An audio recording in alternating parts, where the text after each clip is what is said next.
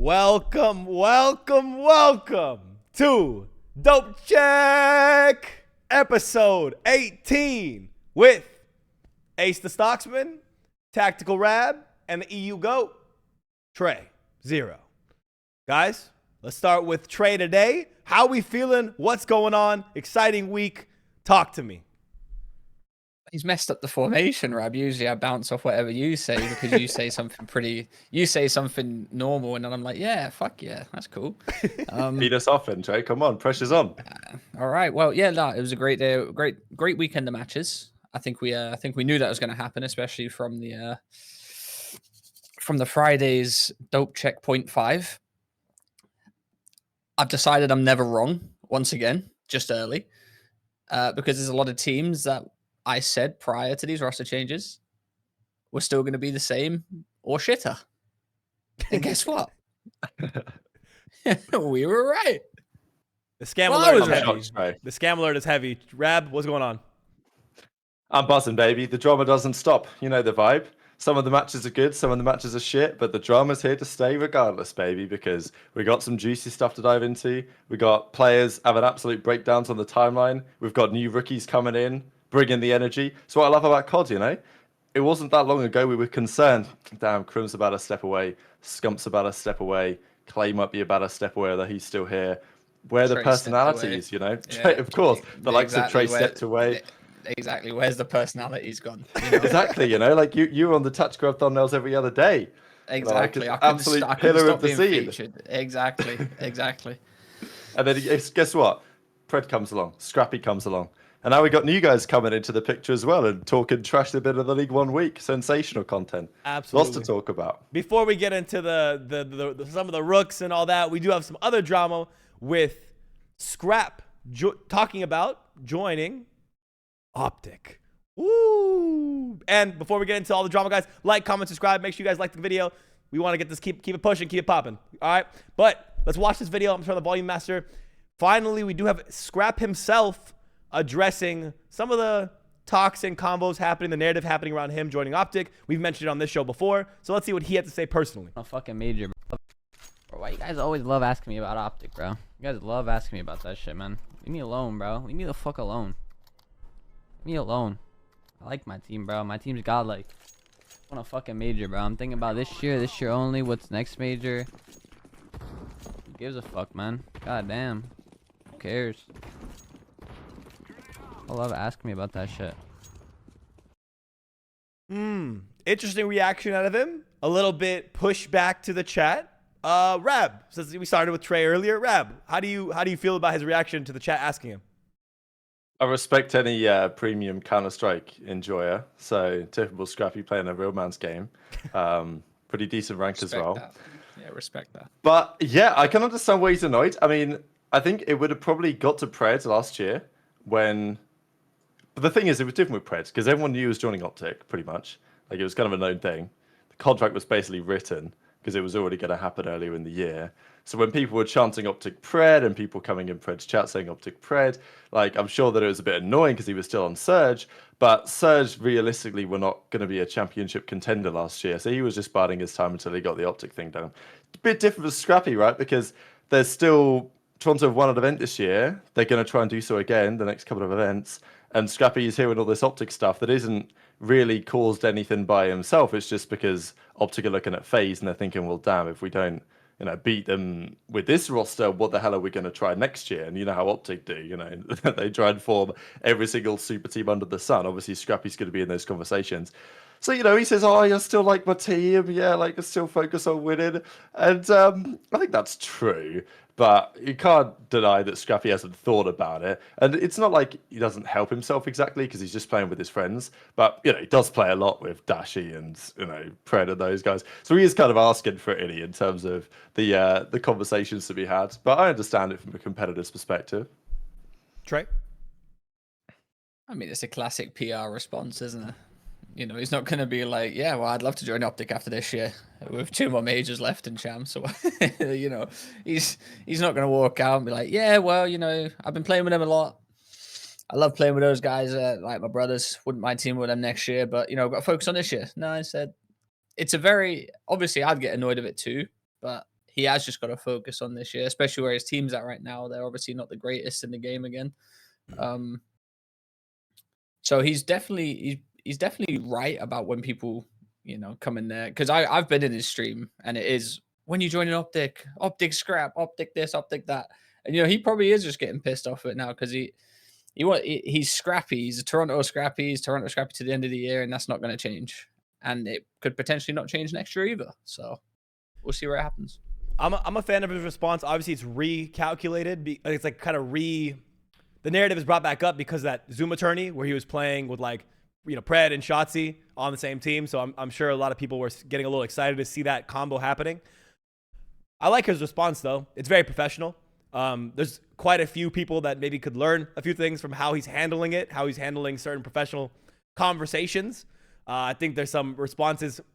Sometimes you need to be PR, sometimes you don't. And I'm glad Scrap is not just he's not permanently just firing off. He's calculated in his words. He knows when's the right time to pop off and when's not the right time to pop off. So I'm a fan of this response. It's good for his teammates, good for the Toronto org. Good leader, good leadership out of him. He's a young guy, but it's a good leadership quality out of him to show that. So I'm happy. I'm happy he came about it this way. He's a smart guy, right? Because he doesn't trust York OpTic. That's what I'm saying, but that's what I'm saying, all right? Now, if he was actually being scrappy, he would say, I'm not joining those shitters. If someone said about FaZe scrap, he would say, oh, no, I wouldn't join those shitters. But because it's OpTic, he knows. He's a smart man. He's a smart man. He's you know, don't piss off the green wool. Now, me, I don't care. You know, if I think they're shit, if I think they're going to lose, they're going to lose. But he, very smart man. OpTic scrappy would never talk shit about OpTic. And that's it's not even about the green wall so much, it's about Hex. That's how it works. Like, if you piss off Hex and Hex don't like you anymore for whatever reason, and it's, you know, it's not quite like that, but it's like that to some extent. That you don't want to get on Hex's bad side as a player that might potentially want to join OpTic at some point. So got to make sure you keep the door open as a player. So why not? That's why I never got the opportunity. Me and Hex had some beef back in the day. Exactly. Otherwise, you'd have still been there. That's a big lie. He did let me go into the Hex quarters to play when I was on FaZe, and I bought him a bottle of whiskey. Don't know if he drank it or not, but OpTic Zero sounds real nice. I'm just gonna say OpTic Zero does sound really hard. Okay. Whiskey we were talking, Trey. Just to add a little spice to this. Some cheap stuff. You bought the cheap stuff. What's wrong with you? First off, what's wrong with you? I wasn't making no bread. Man said he was on FaZe and not making no bread. Make it make sense. Listen, chat, I want you guys to put the number in the chat as well. But if we had to put a percentage chance that we see Scrap on OpTic in the next, let's say, 2 years, so maybe not next year, but the year after, what percentage are we putting on that happening? Chat, what do you guys think? And let's go. Trey, you first. What percent you want to put on that? I'm not right. I don't see it happening personally.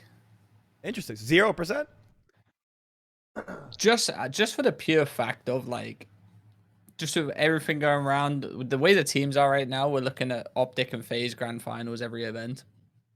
One of these times, OpTic's got to beat FaZe. I think if they beat, I've already said whoever comes first and second at Champs, I don't feel like their team changes. Interesting. Okay, so the reasoning is literally just how the year is playing out, basically. Yeah, I think we've watched OpTic play FaZe enough, and we can all agree that FaZe is the best team in the game, and OpTic is second best team in the game. All they need to do is beat FaZe once to actually unlock that. Oh shit, we can actually beat these gremlins, and you know. Once that happens, I just don't see the team changing because that's obviously unlocked their actual potential as a team. Okay. Rab, what percent would you put on the next 2 years?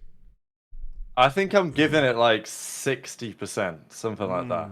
Because the way that I look at it is it's like, if OpTic are going to make a change, it's probably not going to be a one-man move in the SMG department. Shotzi ain't going anywhere.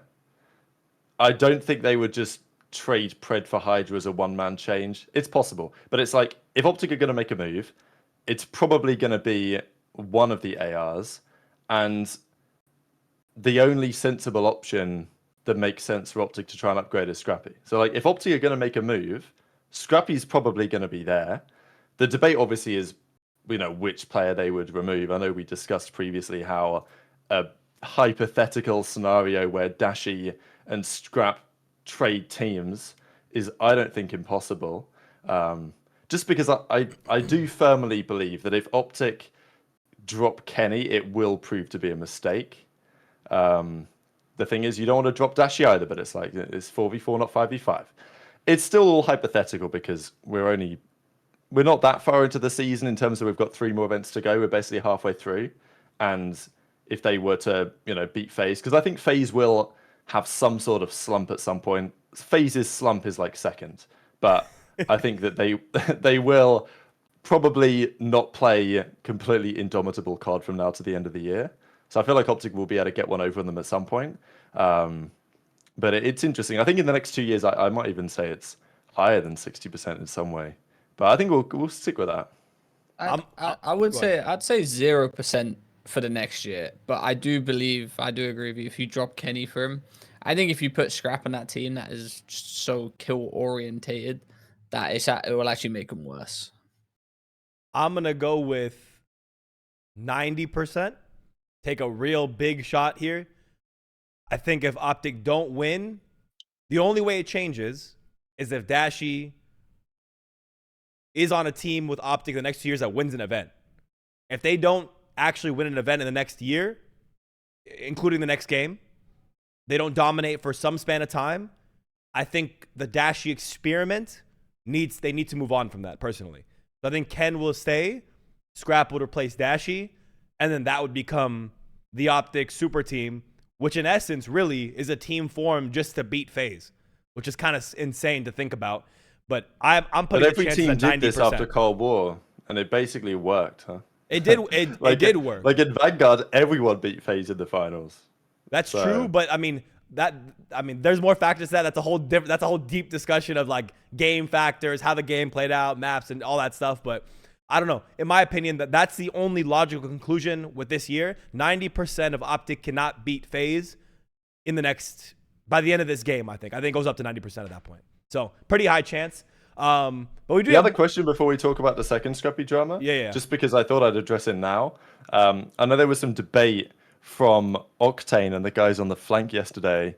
You could even I've got a screenshot here that PD Gaming put, Ace, that you might want to just put up on the screen. Gotcha. But this is a discussion around the potential SMG side, right? Because people are going to talk, okay, well, if Scrap was to come in, who should go, Kenny or Dashi, whatever. From an SMG side, the thought is, well, if you're going to make a move, it's probably going to be Hydra coming in, right? Because Hydra's the most talented SMG player that's hypothetically available. I think he is going to be available probably at the end of this year. He was meant to be joining OpTic, and that was 95% according to Ronnie. CDL Scrim Intel locked in before it all fell through because they decided to run it back going into MW2. So theoretically, Hydra comes in. The question was, who do you pair him with, right? Like, do you keep Shotzi? Do you keep Pred in that scenario? I think my mindset is very clear that I'm not getting rid of Shotzi. And I don't think OpTic are frankly ever going to do that. From like how important he is from a personality side. So my question is really, do you get rid of Pred, or do you potentially even put Pred onto like a flex role? That is maybe not an impossibility. But the debate was whether Pred and Hydra, or certainly Shotzi and Hydra, actually work. Because Octane's opinion was Hydra and Shotzi don't work as a duo. And I don't agree with that. And people were roasting Octane because he apparently thought that Simp was a kill whore back in the day, and therefore he didn't pick him up. So, the opinion might be that Octane has no ball knowledge when it comes to SMGs. I'll take this first off. Trey, you have your thoughts, I know. I'm going to say that I do not see a world where Pred gets dropped. I think Hex generally, with most players, we can see through it. There's times he's investing in a player, and there's times they just need the best available, right? You can talk about the Hook last year, MW2, a lot of situations happening, Scump retiring, Illy has to go out, a lot of volatility occurring. You could tell that wasn't so much an investment into a player, but it was the best available, reliable guy. Let's get him in there. Let's make it work. Pred, it was an investment for long term, and Pred is an incredible player all around. So I do not see a world where after 1 year, and Shotzi being the biggest player in the league, just across the board, brand-wise, let's just get rid of Pred, or let's get rid of the biggest player in the league for Hydra, which essentially is almost an equivalent player, to Pred, just depending on the game, depending on the time, depending on their peaks and valleys, right? If we're only thinking about MW2, sure, Hydra's the best player in that game, but Pred was right behind him in this game. There's been ups and downs for both teams, records, and Pred clearly with his team is more effective in the league all around than Hydra is with his team in this game. So I don't see a world where Pred or I don't see a world where the SMGs get dropped. The only world I see is OpTic deciding an AR decision of do we continue the OpTic Dashy time span and experiment with our team, or do we run with Kenny? We love what he's doing. We love the leadership he brings, and we're going to lock him in for, you know, future time. Because as of right now, I think that's the big question. Is Kenny a player they're heavily invested in, or is this another Hook situation where it's we need someone to fill the role? This is the best guy out. Let's get him in for a year, and then we're going to drop him for someone else, like Scrap.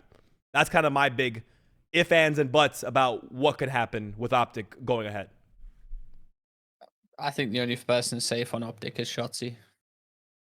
Only That's the person way I safe? see it. Wow. I think that's the only person safe. And I'm not saying like, you know, one bad event they're gone. I'm just saying out of any of those players, like Shotzzy's probably the safest one there. Like you said, biggest brand, everything like that.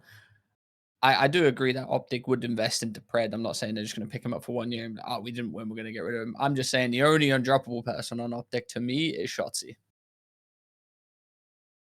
Interesting take.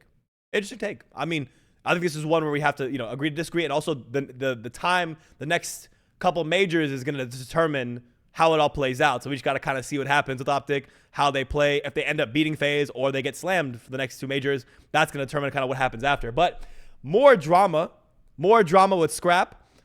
This one was the E-girls don't stop. The little nuggets don't stop, do they, man? The little nuggets. I knew he was going to do it, man. My brain recognized he was going to say it about 2 or 3 seconds before he did.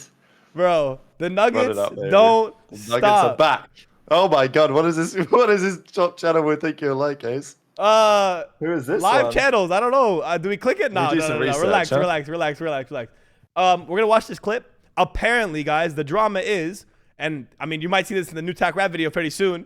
Besides me popping titties on Dope Check episode 18, Keeks emailed Scrappy's girlfriend's job apparently. So let's that's some big T right there. So let's hear what happened here. Right?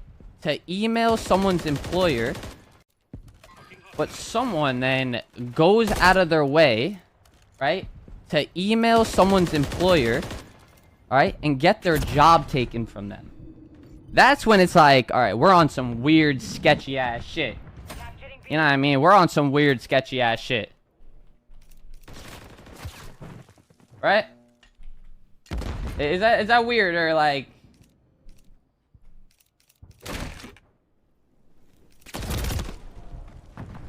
Now I'm gonna say something. It wasn't Drazah that did it. I don't know if he knew that was like what she was doing or what. But yo. That's some weird ass shit, man. That's some weird ass shit. Okay. Big claim being made here. Pretty massive claim. 2 big claims. 2 big claims.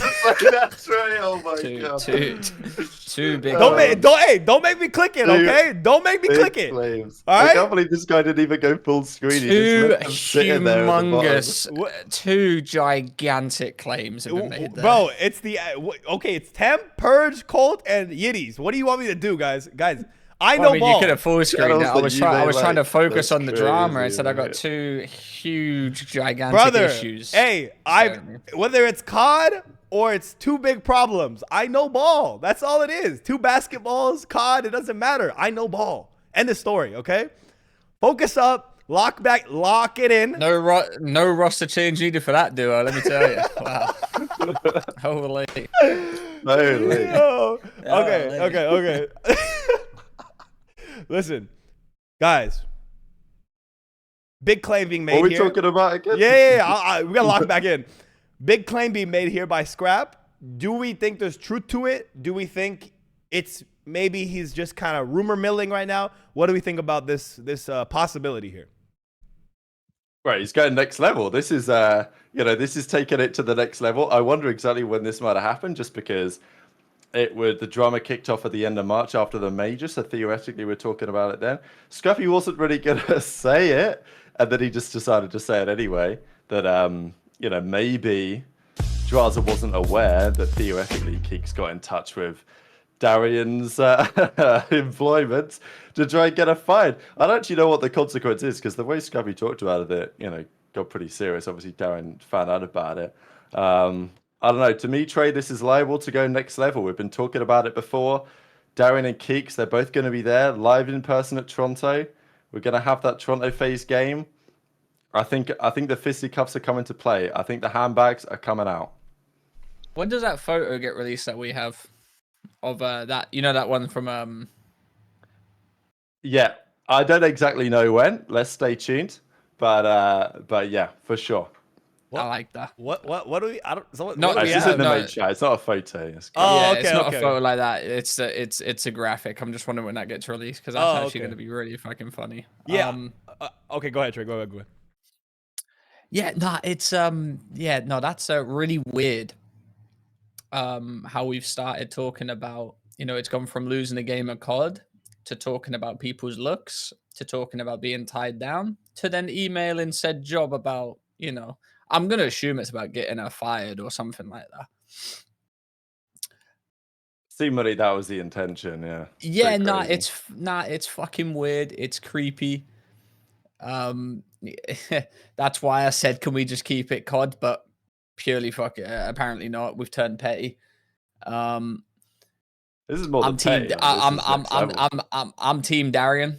Just letting you guys know. We'll be on that side of the stage. Was calling sides and shit right now. Relax, bro. You're speaking Yeah. for all adult check right I'm now. just Team Nugget, bro. I'm Team Nugget. Hell yeah. No. Yeah. The only reason I'm team Darien is because emailing someone's job about some social network beef is fucking hilarious. So team Darien, sign me up. Catch you in Toronto. I'm on your side. We'll be taking bets, slips, and everything like that. And yeah, no, it is crazy. It's crazy. I think we should just have it boxed out, to be honest with you, because it seems like the only logical thing nowadays. If there's some beef on social media, you just got to box it out, no matter where you are. So Yeah. I'm gonna okay. Thankfully, I think Scrap School works in like real estate, so you can't really get fired because you're kind of independent in what you do. Is it super OD? I wish we had more. I wish there was like I wish you like went crazy, posted a screenshot of like the email itself so we knew actually if it was Keeks or like some friend or some fan or some weirdo or some associate, right? The little e-girl nuggets are always doing some stupid drama shit. So they're always into some trying to make things, small things, big things, right? E-girls are bored, right? They're just bored and they just do bored things like this. I'm going to say I'm team nobody because this thing has been low blow after low blow on both sides. This is just another version of it. I don't know. I think it's a little OD. I think this is all over COD drama and boys. I think people need to calm the hell down, get back to it, and damn, this boy Scrap need to just beat Drazah one time. That's all. He needs to focus up on beat Drazah before any more shit talk or any more bringing up of this beef because he's down horrendous right now because he can't beat Drazah in game. Slam him in game. no one fucking can. Oh, I know. I'm just saying, like focus on that first, and then let's get back. Let the little nuggies calm down for a little bit, and let's get back to what we need to do, the money, the COD, and let the drama subside for a little bit. It's too much drama just building up over time. I'm annoyed with it. Too much of it. Yeah. Get these damn big nuggies off my screen, man. We got the little nuggies. We got the medium-sized nuggies. We got those big ass nuggies. Okay, they're gone. And yeah, this is another. I mean, this is like one tweet I found. This is the tweet from after the tournament. This is the tweet from after the tournament. One of the most like. I think this might have been the tweet. This is why I put it here, just because like, get a job, you bum. I guarantee Keeks saw that and was like, all right. I'm gonna make sure you don't have a job, you bum. Yeah. This is your job, you know what I mean? Yeah, and then I look down two things and I see that crazy comment. Get this tweet off my screen now. Wait, here I don't want to scroll down, bro. I don't want to scroll down. There's 2.8. No, I can see it on your screen right now. I don't care about the beef. I just apologies. like your boobs. Oh. These internet kids are crazy. Damn. I don't know. I think this drama has just gotten out of hand. It was pretty funny. It entertained me. I literally didn't go to the FaZe after party because I was so entertained with what was going on in the TL. That's how in tune I was with this beef. Wow, yeah. you sad man. I'm sad man. I'm sad, but I was having a silly goose time. A silly goose time. You're a rab. All I'm saying is, you got the Tech Rab Academy on that. You can go out, have a few tequilas. You'll figure that out in the morning. Yeah, don't you? worry, baby. We're gonna be there in Toronto, and I'm gonna have front row seats. I'm gonna be sitting in VIP, and then Keeks versus Darien right in front. Takrab TMZ, it's his little TMZ video Exactly, from the side. Yeah, I'll be here with the camera, like, you know, recording that shit. It's gonna be great. God bless, bro. But yeah, I mean, speaking of all this, let's about time, right? Let's jump into the matches. Why not? Yeah, let's hop in, boy. 100%, baby. Let's get into some of these matches. This week we have a lot of matches to cover. Friday was small. Saturday and Sunday was jam-packed. Let's start with... I mean, we can go in order. I think I had Ravens teed up first just because they had an interesting week, to say the least. Yeah, let's start out with Ravens. First match of the week, Friday versus LAT. Yeah, let's take a look at these stats for a little bit. And if you want to start, Rab, with a little bit of commentary with this, what you got for me? I mean, mainly I'm just wanting to say Thieves are looking nice on this 6-star hard point. Ravens are a funny team, man. I was gassing them up not long ago because I was like, damn, they're moved into the penthouse together. They're bringing the energy. You've got online COD when you're, not in the same place. You've got online COD in the same place. It's a different ball game. We go to the listen in game 4. We're back to normality with this Ravens team. What the hell is going on? Clay sounds pissed off. The thing that pissed me off is that Ravens actually brought this bloody series back and they're up 2-1. And you go to the listen and it sounds like they've already lost in the game 4. No surprise they wanted to get pissed on and got slammed game 5 as well. The Ravens team just pisses me off, man. Now, I will say they probably were in their own head about the whole ping cheese. TJ did a tweet about that, which is probably the big storyline of the series, really. But fair play to Thieves clutching up a game 5, but that can't last forever, as we'll discuss in a second. Nope. We're in the same situation, Rab. Look at the last map. A high-rise S&D. Now, I think we're dealing with a bit of an invasion-esque here from the lads. Ravens are 1-5 on Search and Destroy high-rise. Here we go. What the fuck is going on? The Brian Saint Vito merchant. He's back. It's comedy. Actually comedy. I know it's I know it's the last map they played, but listen, I'm going through their stats now. 3-0 Rio, 4-3 Karachi, 4-3 Invasion, 1-5 High Rise, 1-5 Terminal. Obviously, Terminal's been taken out now. So surely you look at that and think, fucking hell, we need to get High Rise out every opportunity we can. But no, Ravens decided it's their time to, go against the vetoes again, and it hurts them. I mean, I get what PD Gaming's saying, because in OpTic's case, it's like, fine, play it because you're already chilling. But for Ravens and these teams down here, every 10 points matters a lot. Like, I think you've got to be careful with the direction you go in the vetoes, because you've got to be extremely careful, bro. You don't have the points to do this. Now, if I'm a Ravens, I'm not playing high rise. They're just not good at it. And you can clearly see by the way they play the map, they're not good at it at all.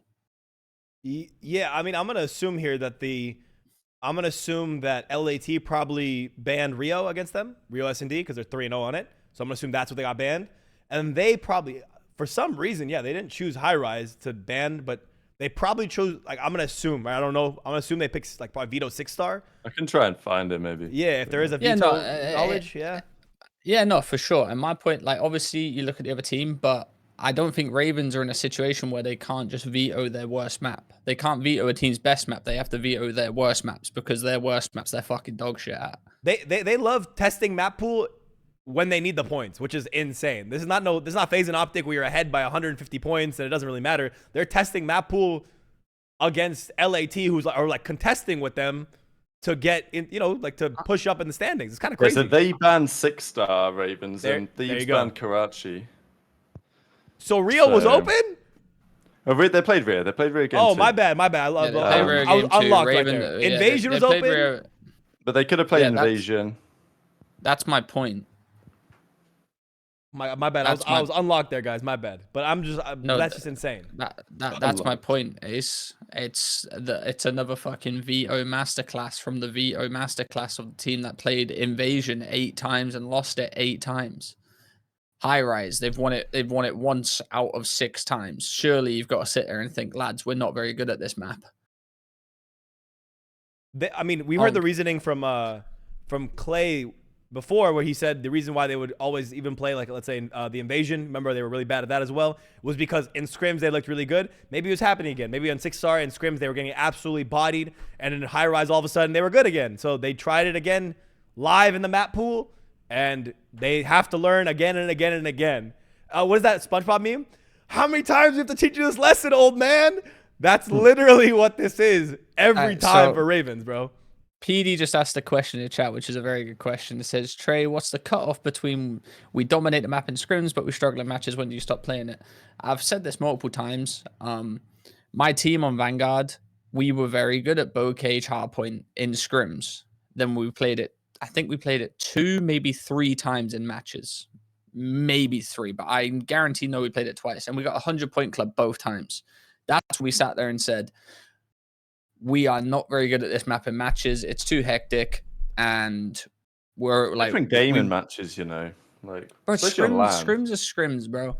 We played it 2 times, got a 100-point club both times, and we said, right, we're never playing this map again. We got to get good at the other maps because this map just clearly isn't how we play it in scrims to how it translates in the match.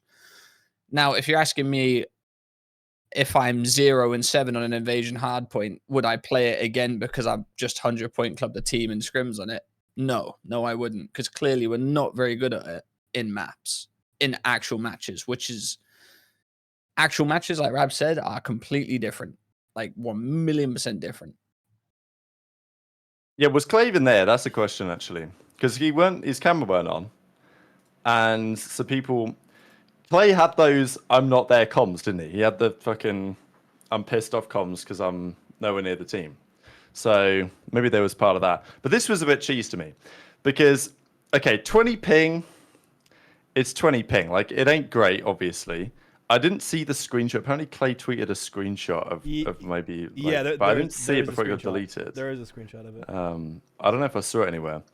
But, so whether it was 20 or whatever it was interesting. It clearly checked these guys out. Hopefully they can win a LAN series this split, as she says, which is pretty funny, to be fair. So T just trying to put the dagger in there. And then he also replied, kind of implying that the CDL had rigged it for thieves, which I thought was interesting. I know that he must kind of be joking, but at some point you never know. Because Dashi replies with this, and he says, League can't have the Los Angeles, not a champs, though. Which kind of implies that they gave them the ping cheese advantage to get thieves to champs. So I'm like, I mean, if you want to believe the conspiracy, fair enough, but also lock the fuck in. You know what I mean? I mean, they won 2 maps. Yeah, I'm not a fan of. I'm a fan of excuses if you win. That's personally what I'm a fan of. Oh, we lost or we won. Like Rokkr had it. I think they won the series, and then Standy's controller was broken. We still won in the end, though. Like, I'm a fan of that. But if you lose, coming out and saying this is not going to get you any brownie points. It's not going to go well, even if it is true. Even if it's absolutely the truth that you were lagging badly and it was tough in gunfights, it's never going to be on your side or in favor of you to say some excuse attached with "we lost," unless it's dramatic, right? Unless it's someone like lost a liver mid-match or like got their, a snake came in the room and bit you in the nut or something.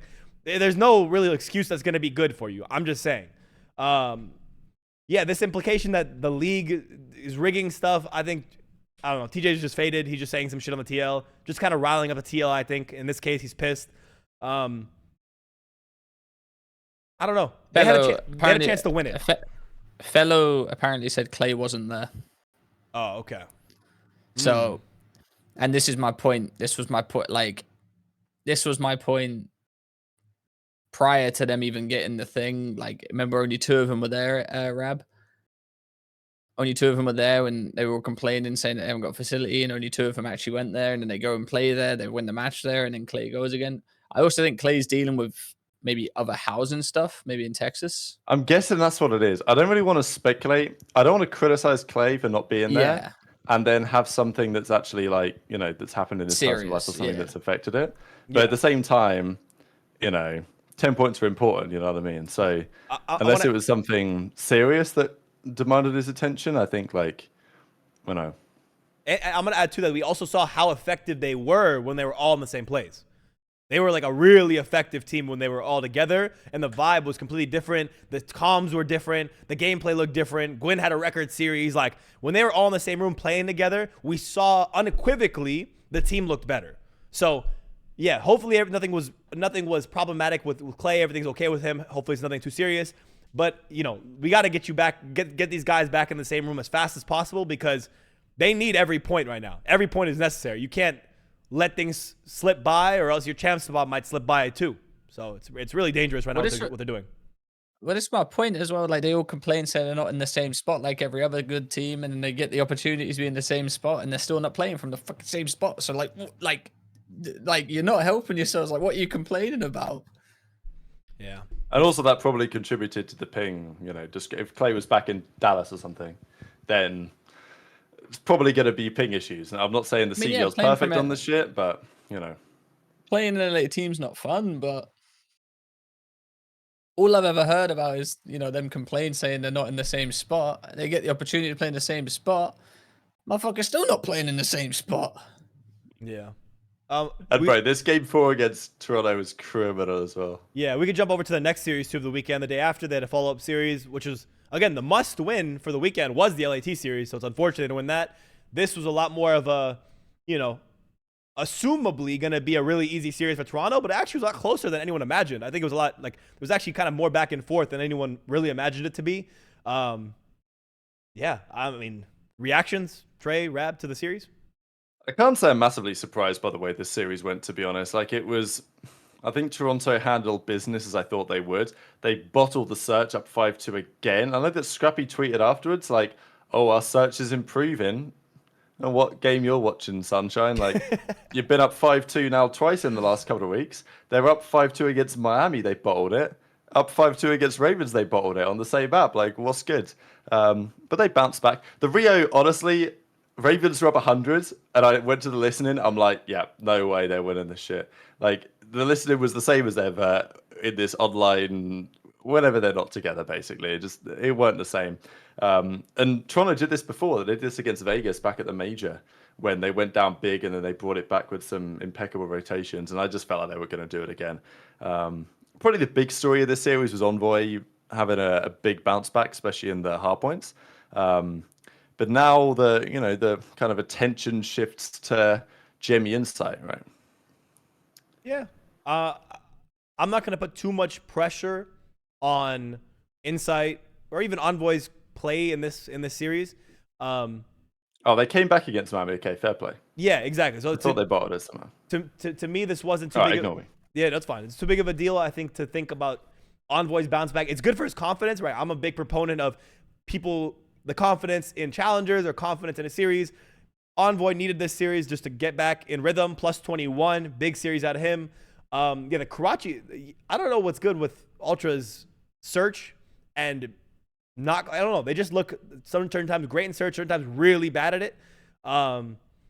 Yeah, Carolina just need to win the winnables in the next week and get out of this slump. Gwyn also had a series where he wasn't like the most standout player, which is like the first time in like quite a few weeks that he wasn't like he's towards the bottom half of their KDs on the team. So uncharacteristic series out of Gwyn himself. Yeah, nothing too surprising here, nothing too shocking for me. Just happy that Envoy's able to step it up. I wouldn't look too much into Insights 0.74.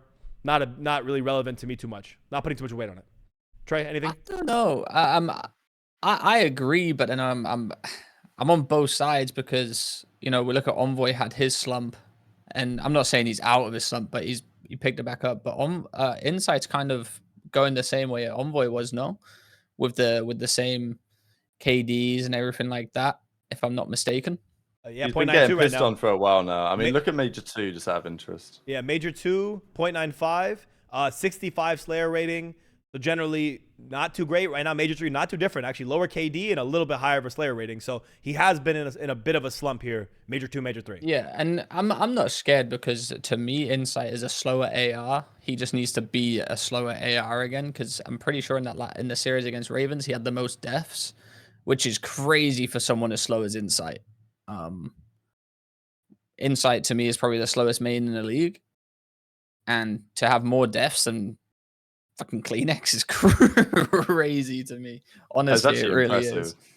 But I'm not scared for Insight at all. I think the whole team was just in a slump, and as long as they get their hard point back, S&D is not too hard to sort out. But their hard point's where it needs to be at.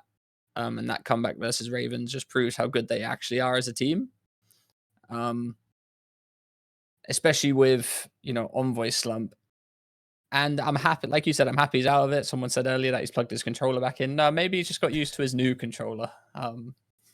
But yeah, nothing too shocking about the series apart from Ravens not taking that to a game 5 where they would have had their undefeated map Rio, which they probably would have took. So Yeah. Honestly, just quickly, like my only thought is on this Insight Envoy thing, and it's the same with the other top teams. I don't really care how Toronto perform against these type of rosters because they're typically going to win. Their record against the teams, I think they've only lost one series still this season to a team that isn't top 4, and that was against Boston early on in the year. Like Surge. New York are more vulnerable. Did they lose to Surge? They lose to Surge? I don't know. No, I don't think they did. No, I don't think they did. No, I But don't think they did. I think they've you're had some right. sketchy ones, but I think that they've still generally won them.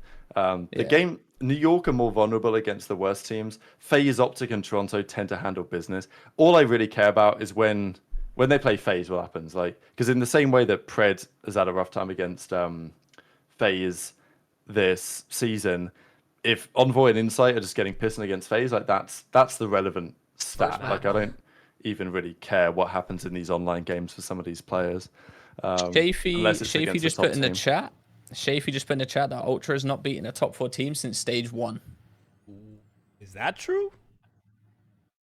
That sounds true. That also sounds true. It sounds true. I can have a look real quick. It's very interesting if they literally beat everyone they should be, and then like they've lost to, of course they lost to New York at the major. Let's look at their completed matches. You said since major 2, he said, or major 1? What did he say? Since major 1 it would be. Okay, So in the so qualifiers, I have it right here. I have it pulled up on the OpTic and screen FaZe. right here. Yeah. So lost against FaZe, lost OpTic, Yeah, he's right. lost NY. He's right. Yeah, they lost against everyone in the top 4. They have beaten everyone they should beat, you know what I mean? Like, even though the series aren't clean, they're beating everyone below them, but they've just struggled against the top teams lately. So Well, this is okay. This is I mean, New York are we're jumping different. ahead a little bit because we're getting to the discussions of other teams now too. But let's bring it up then. NYSL they can beat Toronto, but they can't beat 1 and 2. So there's such a stark difference between FaZe and OpTic and everyone else, which is why I've called them the TL for every grand finals till the end of the year, till champs. Just it's gonna be FaZe OpTic in my opinion, because there's just such a big gap of talent, such a big gap of game knowledge between the top 2 and the rest. It's so different right now. Their map count is also 3 and 15 versus the top 4 teams. Jesus.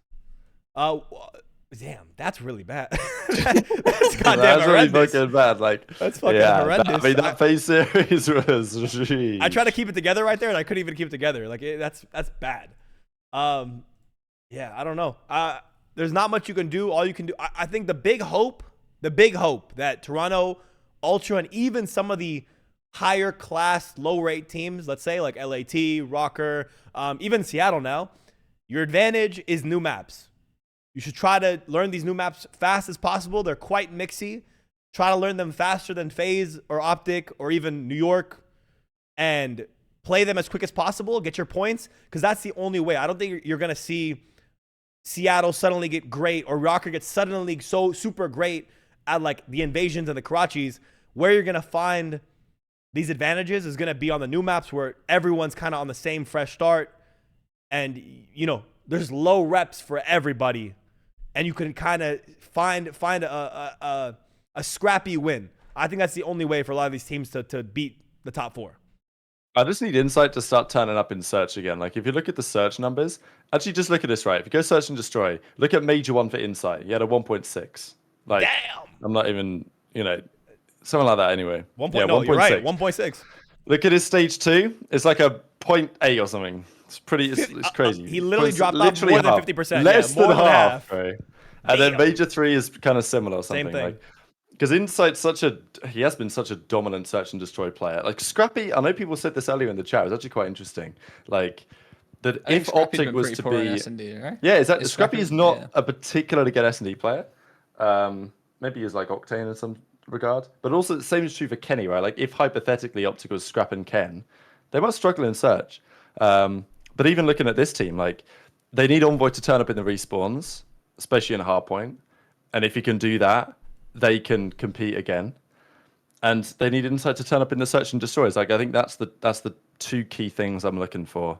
If those two individuals can step it up. I'm gonna add one more thing just about Insight too, just about his hardpoint stats that I noticed between Major 2 and Major 3. Obviously, Major 3 is pretty fresh. We're not so deep in, but one stark difference is KD. But one more thing, OBJ, 78 seconds. He was highest on the team in terms of objective and hardpoint. Major 3, he's now gone down to the second lowest, and his KD's gone down significantly. So he's not getting much OBJ time, not getting much damage, and not getting many kills. So he's kills wise 1 kill off from before. Damage is 300, not too much of a difference. But the OBJ time is pretty different from Major 2 to Major 3. So I think it's one of those things that you need to analyze with him. That if he's not getting more kills, maybe get back in the hill and play the way you're comfortable with in Major 2 and Major 1. Get back to what worked, in my opinion. I will say I do feel sorry for Envoy getting most of the slack because you saw him have like a bad map instead of like a bad series, if you know what I'm saying. So Envoy would have like a terrible hard point, and then everyone's like, oh well, he's dropped 6-7 kills and 23 deaths. But then Insight follows him up with a consistent bad series, but because he's dropped 3 kills and a hard point or something like that, everyone looks at that Envoy when Insight's been following up with the inconsistencies too. It's just he's having an inconsistent series, whereas Envoy's having a fucking stinker map, which obviously everyone looks at the stinker map rather than the actual full series until the KDs come out. And the argument always comes up too, the AR typically playing well opens up the lanes for the subs. If Insight's having stinkers, is that making Envoy have a tougher time on the map? Discussion to be had. Next time you watch a Ultra series and watch a hard point, keep that in mind. If Insight keeps dying, how's Envoy going to push up the map? How is he going to get in the lanes, get in the cuts? It makes his job a lot harder if his ARs are getting, or one of his ARs at least is getting shit on. So keep that in mind. Something to bring up. I just chucked something in the chat. Ace, just bring this up on stream. It's kind of interesting. Go on, Trey. I was going to say having more deaths and Kleenex in a series might actually be the most impressive thing I've seen this year. And I've seen 2 1v3s from Flames in his first series. So. Oh yeah. I mean, what was impressive was how Rokkr handled them, to be fair. But yeah, we'll get into that bullshit. We'll get into that. Yeah. I'm not excited for that, talking to that shit, but okay, we'll get into it for sure. So this is the record for OpTic, FaZe, and Ultra against the rest. I know people were saying in the chat, like, what about considering New York in like a bottom 9? But I don't think that's really kind of fair. Even though at the moment, it might be a top 3 and a bottom 9. Like, it kind of is what we have. But I think over the entirety of the season, Subliners, especially Major 2, were up there. So I'm not sure on the numbers between the top 3 and the bottom 9. But what we do have is numbers from the top 3 versus the bottom 8, 46 in 3. But when you include New York, that goes to 59 in 7. So New York are clearly, New York have lost more series versus the bottom 8 teams themselves than any of those other 3 teams have combined. So kind of puts it into perspective a little bit. Again, yeah, go ahead. I was going to say, I think the top 4 just are the top 4. They'd always beat the teams under them, and there's no discussion about it. We always just had a discussion about who was in the top 4. I think New York are probably at that point now where they're sliding down so much, and we'll get into them too. Little man costing their team. That's crazy, bro. No, New York's. Where are we at? I think we should jump ahead too. We spoke on this. Yeah, we spoke on this already. Kind of like I was saying it. I fear OpTic, FaZe the gap is so big right now that it's like almost impossible to jump ahead. Ultra are slacking, and Wire clearly shooketh for whatever reason, and there's clearly a skill gap with that too. But let's jump ahead of some of these other teams, and we'll get into our discussion of NYSL, FaZe, OpTic. There's a lot to talk about today. Dope check is not over. We're cooking, baby. We're fucking cooking today. There's a lot more to talk about. We hadn't even started on the fucking on the frauds. On the frauds. Wait, frauds. should we watch this Toronto ping issue with Miami? Should we get a little bit? We can of this? play it for sure. Yeah, why not? We've been talking about them enough, so we could take a little bit of listen to that. Shout out PD Gaming, of course, providing the great little tidbits to the show. I genuinely. I bottled it. First map. There you go. I just love Map loading one, yeah. in on Atlanta. Yeah, All right, we actually have to talk about that because it's gonna sound like an excuse. Oh but yeah. So Matt, Okay. yeah, go for it. I'll say it. So before every match, you play a warm-up lobby. You get into the lobby of the other team. You test the server that you're gonna be playing on for the match. Okay, we spawn into the warm-up. It's 26-26. I'm like, bet we're looking good right here. Beautiful. Like, this is looking fair. With the ping tool working. Yeah, with the ping tool. So MLT, pretty much you add ping to the people that are on lower pings. So we spawn in, 26-26. I'm like, bet, let's go. Spawn into the match, 30-19. I'm like, okay. And we're on 30. I'm like, ref, this don't look right. And he's like, yeah, we see. It should We- work during the game. Yeah, it should work. It says it's not displaying Yeah, right. but I say, I say out loud, yo, I'm not playing this. End the game. Like, we gonna need to like figure this out. So we end the game, reload it back up. He's like, yeah, it should just load in. Like it's like midway through the countdown. It's like displaying wrong. Yeah, like, it it'll will be start. okay. It will Yeah. start. Game starts, nothing changes. We just start playing it. I'm like, bro, And we are getting railed. we are getting railed. Yeah, and then we finish map 1 and we go, ref, this isn't right. And he goes, yeah, the discrepancy is not great right now. Like, It's fluctuating a lot. Yeah, it's fluctuating. It doesn't look right. Like- So we just played map 1 for the crack of it, did we? I'm like, okay, all right, we're gonna go to New York. I'm like, The backup I've server. never played in New York in a match ever in my life. Not a single team. We spawn or up. matchup We're on plays with New York. 24. They're on 38. I'm like, bro, I could have told you this from like 2 years ago. This wasn't gonna work. Yeah. New York's So- up here. Miami's down Exactly. here. Go to Dallas. 33-33. No MLT. I'm like, bro, what did we just play on, bro? Why did we not just play this from the rip? But we do go 5-2 down the S&D. Yeah, we did. We did So- go 5. Yeah, I'm gonna stop it there. You know, good discussion. Ping, I want to say one thing before we hop into ping issues. And Trey, I'm gonna throw this to you, obviously, because you have the most experience with ping issues and playing through them and multiple titles. So it's gotten better or worse over the years. But I do want to say one thing, just simple. Guys, CDL, please, for God's sakes, think of the idea to put us back into Columbus, Burbank, whatever you need to do. Get us back into a LAN league. Do the matches, put everyone in apartments, save teams rent money and all that. Everyone pool their money together. Get us back in one place. League matches on LAN or weekly tournaments on LAN. Everyone in one city. Let's get rid of this ping issue because clearly every single year players will complain about it forever. And until we solve this issue, there's not going to be a clear cut. There's not going to be a clear cut end to this narrative because it's going to continue forever if we keep having ping issues. And it is unfair. Miami to Toronto playing on a Chicago server. Clearly there's going to be issues and cheese happening multiple times. Get us back on a LAN league. We need the Columbus days back again. That's what I want to say. Trey, ping issues. Real, fake, frauds. What's happening? No, it's definitely real. I don't think 10 ping's crazy. I will say that. I don't think it's genuinely game-changing crazy to the point where they're going to get like violated. I think it's more of the fact that we are playing it's a $0 million league now, but prior to this, it was a $300+ million league. So I think it should be,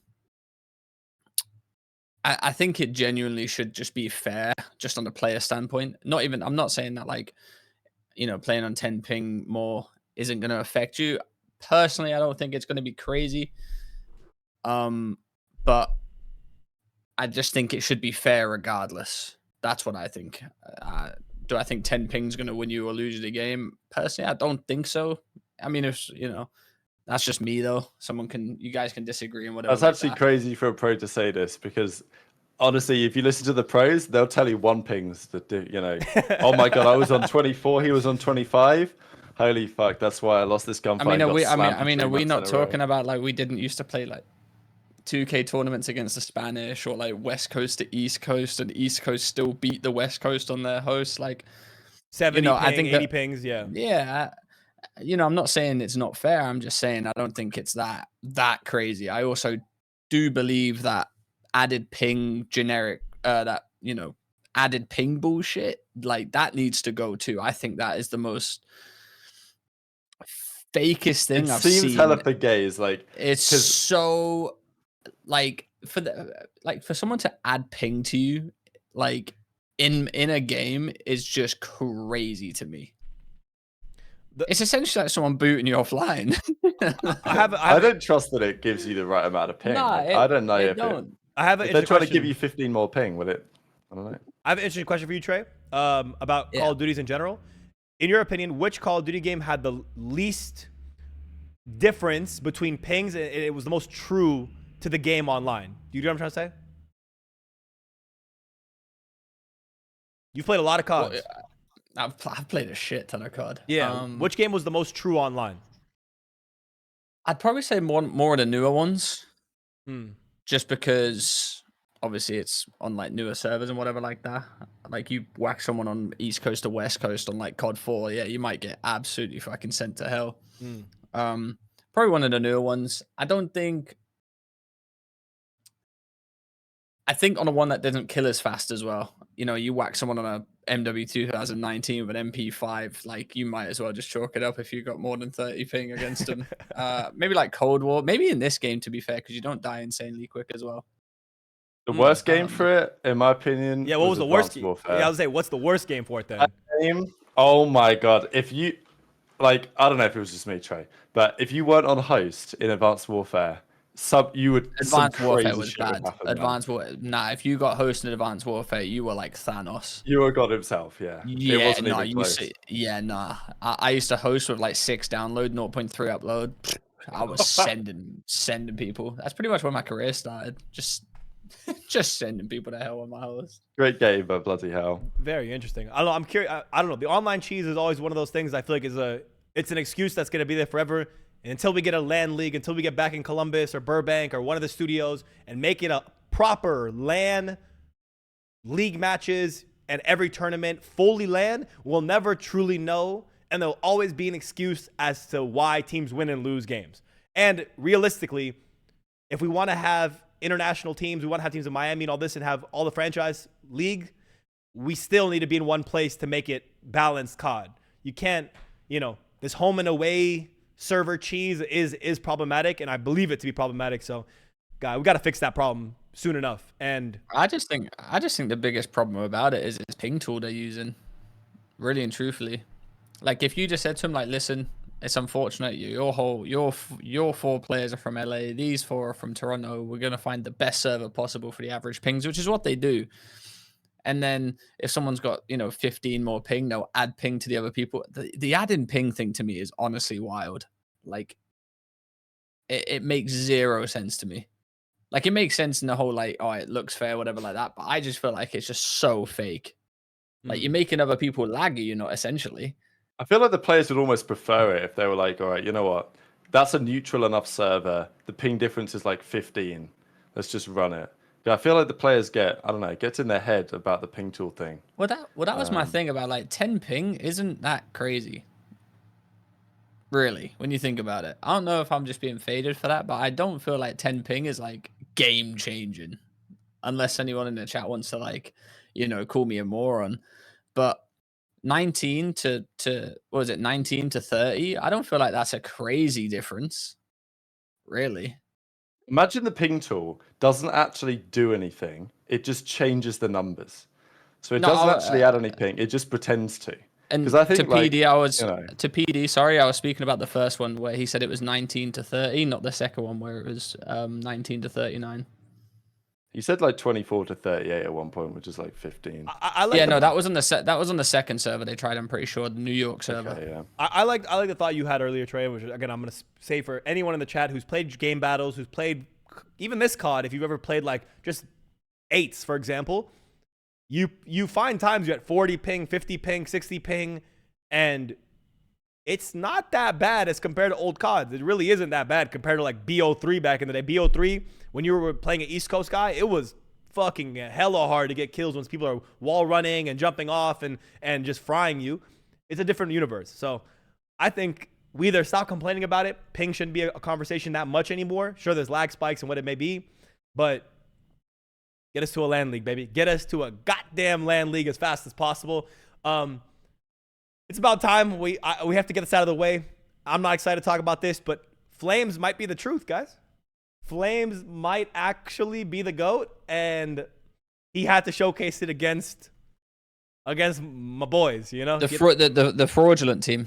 What the fuck, dude? I'm actually so sad they did the reverse sweep, man. I was ready to absolutely cook you today, Ace. And I'm so sad that they got a win. I got blessed. But it's okay, you know? You got blessed a bit. There's always next week, you know? Always next week. But this was great to see, you know? Flames comes in. I don't know why they didn't do this sooner. I know you talked about it, Trey, before. I get the concept of why, because they got the top sixes at the events. But come on, it was so obvious that this needed to be tried.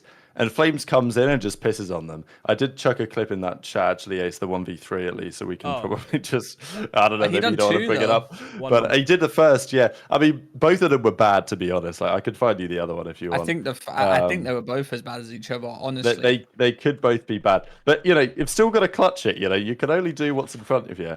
Yeah, no, for sure. Like, it's a good 1v3 clutch. I don't know what the other three were doing, though. Flames brings the energy. Like, he brings more...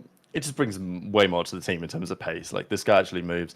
Got loads of experience playing with SIB as well. I think everyone who's watched SIB's POV kind of knows that this guy, like, he knows how to play. He might not always drop the craziest numbers, but, like, SIB he's a quality player. And Flames is his duo, and it's great to see these guys in the league. I remember when they used to play these Black Ops 4 tourneys, and people would roast them. But, these just grinders, like, they ain't going to make it anywhere. And here they are. What a story, you know? Both of the boys in the league for the Guerrillas. Oh, yeah, my bad. Sorry, go ahead. No, you're good. Oh, I was just saying, yeah, it's a crazy debut. Estro's a very underrated player. Even on, like, the Rookie of the Year. I saw Breaking Point put out the Rookie of the Year leaderboards one more time. And Estriel is still, you know, he's not top 2. And that kind of hurts my heart. The kid is disgusting. And maybe his team's record is not reflecting how good of a player he is. But the kid is just really, really good on the map. His shot is super straight. He's making the right play most of the time. And I think now with having an AR that's matching his pacing a bit, and I know Diamond kind of a little bit of a stinker here, but it doesn't really matter. Just more consistent players now, not a guy dropping a 0.6, 0.7 every series. It's going to allow him to be even better and fully encompass his potential on the map, every map. But let's watch this 1v3. I don't want to watch these. Okay, I have my thoughts of which one is worse, but which is the first? I think the second one's worse. I think the second one is worse too, but let's watch the first and we'll go to the second, all right? Let me turn up the volume a little bit here. You guys didn't see this? Close your eyes, you know, because I don't want you to see these. Him and Gunless working together perfectly in Flames. You see him and Gunless working together perfectly in Flames. Well, 1v3 potential, but as is tradition, no time to work with. Has great timing though on accuracy. With 12 seconds, problem is doesn't have the bomb. You gotta play for the kill. He's gonna go for it. Gunless, you gotta win this fight.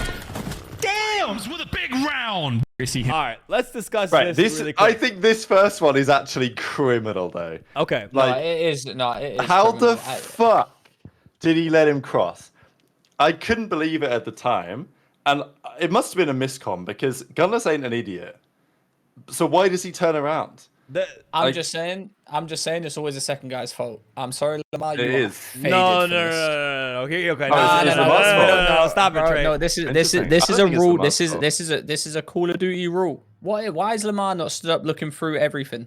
He's not weak. He's not anything. He should be stood up on the digger, looking through. You get aim assist. You get the names through the wall. You get names through the whatever excavator, whatever you want to call it. You get names through that. He should be stood up. This one's Lamar's fault.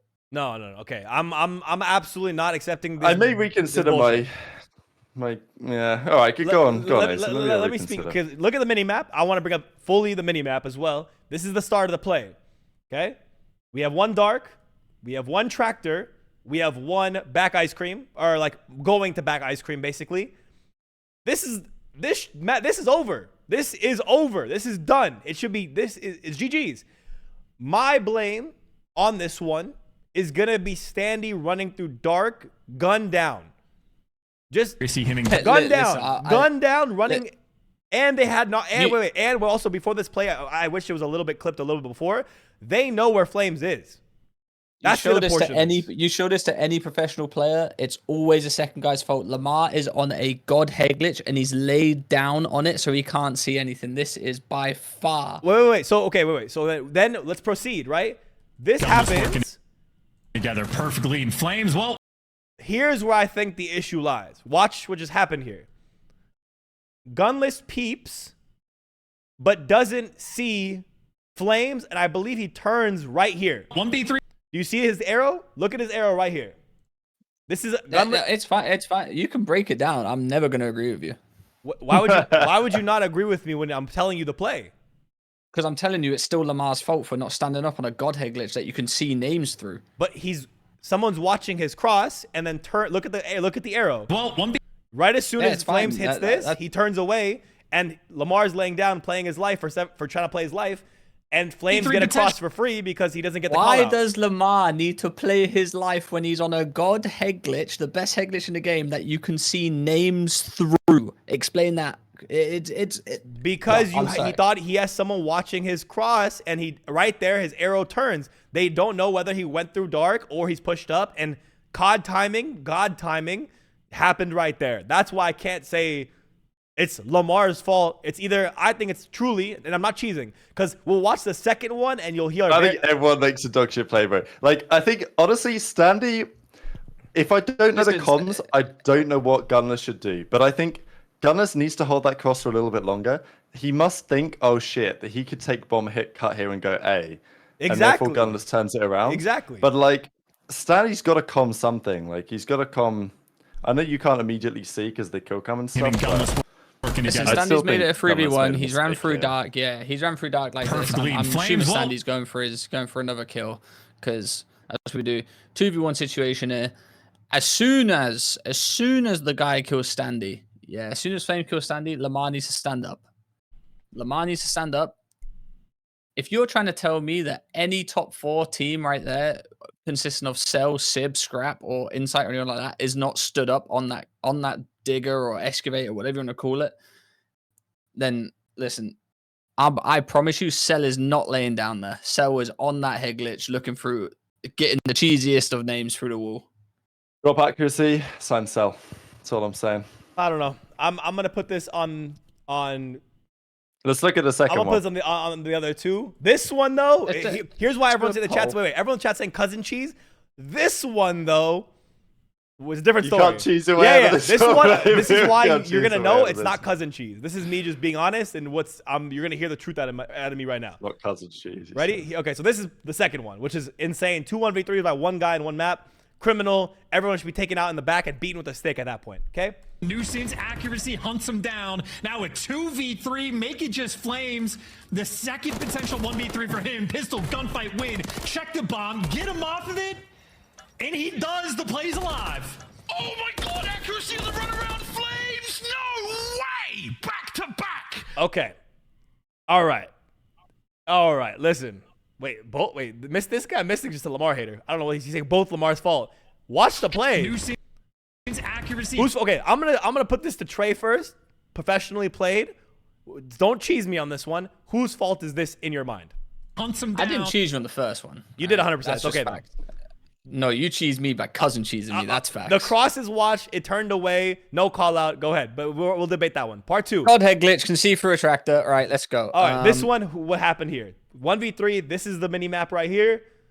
What are we thinking? Let me deep delve into this. Let me get my own.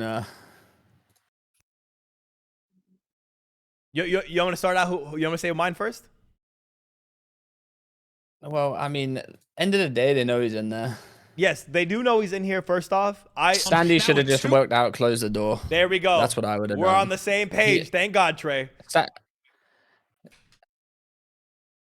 He's watching the background. I see it playing on his screen right now. No, I'm watching it.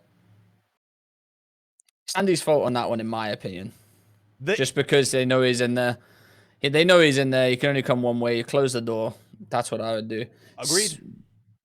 That's what I would do. Agreed. Like I said, 9 times out of 10 it's a 2v3, second make it person's just fault. But that one there, Flames. like, Pierce is on the fucking bomb defuse, and he's got to rely on Standy to not lose a 1. Lamar's watching out so he doesn't flank him mid. It's just, yeah, you just got to go out, like, literally just play this differently. Get outside, close the door. If you open the door, you hear it, and it's GG's. Also, if I am Pierce here as well, I'm probably getting off the bomb. I mean, he's so close to getting it that, like, I know he wanted to just stick with it, which is probably fair. I think, honestly, looking at Accuracy's arrow, he was a bit slow, but he probably took the right route, really. Because if he cuts Accuracy mid just here, making sure he doesn't. Accuracy just making sure he doesn't flank him mid. But if I'm it's Accuracy just because here, he runs out of bullets, Flames, and then he actually has to run out the door to get the kill. No, which is kind look of at the messy. start of the clip. Lamar just got a kill right outside of Dark. Yeah. That's why he's over there. He just got a kill. Yeah, no, I think if I'm Lamar here, I'm probably like gonna go mid tank though, just so I can watch a street too. But it's not Lamar's fault. Standy just needs to close the door and not let him pop out. Yeah, so both criminal, though. I think both 1v3s, no matter how you look at it, letting a single player get 2 1v3s. Consider, too, if they had won both these 1v3s, they would have been over. They would have won the map, pretty sure. It would have been a 3-0 from the first one, and this was a big round for a 4-3 instead of, them going out 4-3. So it was 2 big rounds to split the difference and push them ahead to actually win the S&D. Also, I mean, similar to, this is just one of those moments you get kicked in the chest. Getting 1v3 twice, you're absolutely getting kicked in the chest. And once they lost these 2, Trey, I'm sure you were on a similar wave with me. Like, the series was over, in my opinion.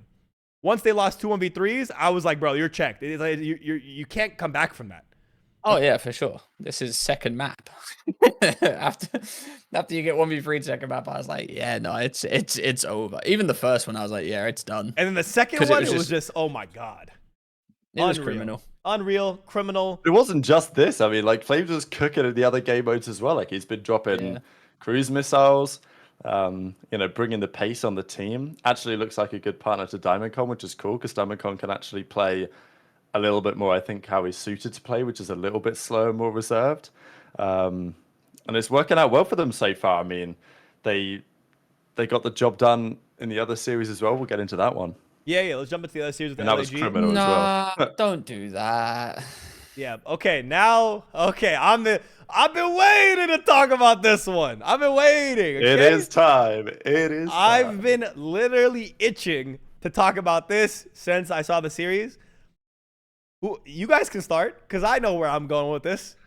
But please continue, guys. Who wants to say start? anything, Trey, or like? I just want to say it was a 45-1 vote on was it Lamar's fault for the first 1v3. So that cheese. It's all good. Let's go. Okay. So LAG. Wait, you want me? You really want me to talk about this series? This one? You really want me to talk about this Boston team? I do. Absolutely, I do. But they lose another series. Bottom of the pack, bottom of the barrel. We also had, we had a whole discussion with, we have the insight with Censor and Slasher coming on and having a whole debate and discussion in front of our very eyes and our ears. What do we think? What's going on? Boston Breach to the moon or to the cemetery? Where are they going? To fucking hell. Blow it up. Search and destroy, baby. It's own keep Beans because he obviously didn't play the best of series. 18k? Nah, 18k damage. Yeah, I'm saying he didn't play the best KD wise, but Beans is Beans. Keep Beans, get rid of the other 3. Let Beans take control. That's Beans' roster now, baby.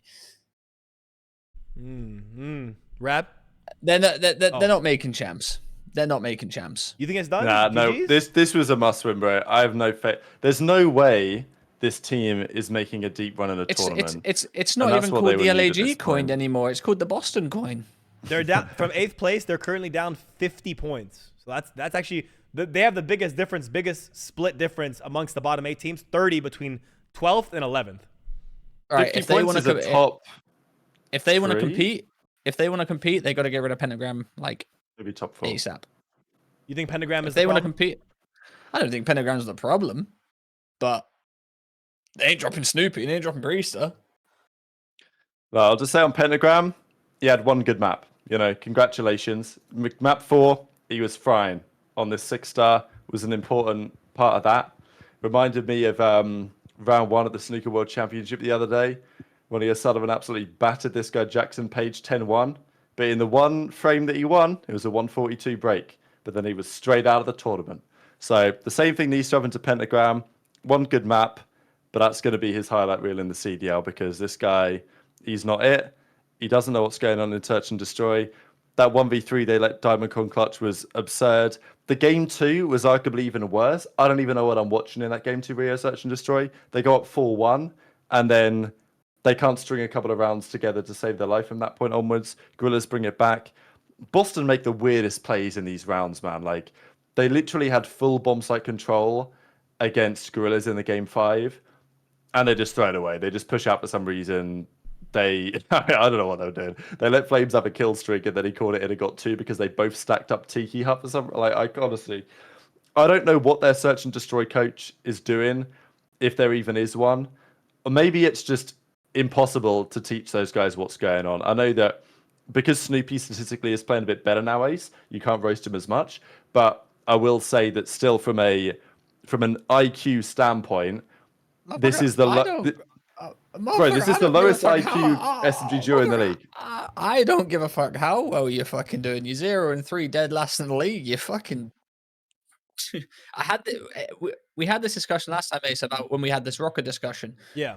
About how close the matches were. Like, it don't matter. It really don't. You are. What's their record? They've got 5 wins. Not won a single map on land. Obviously, this isn't the team. Listen. It ain't looking good. They got rid of B Sport Josh. Clearly, he was the issue.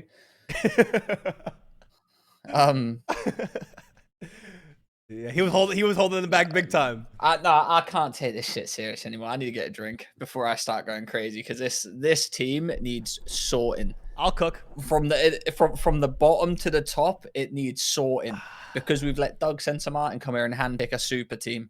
Right, this is the Doug master plan to get himself back in the league. I've seen this before. This is what he's done. He's formed a shit roster. He knows that Pentagram sucks. He thinks, you know what? This guy didn't plant round 11.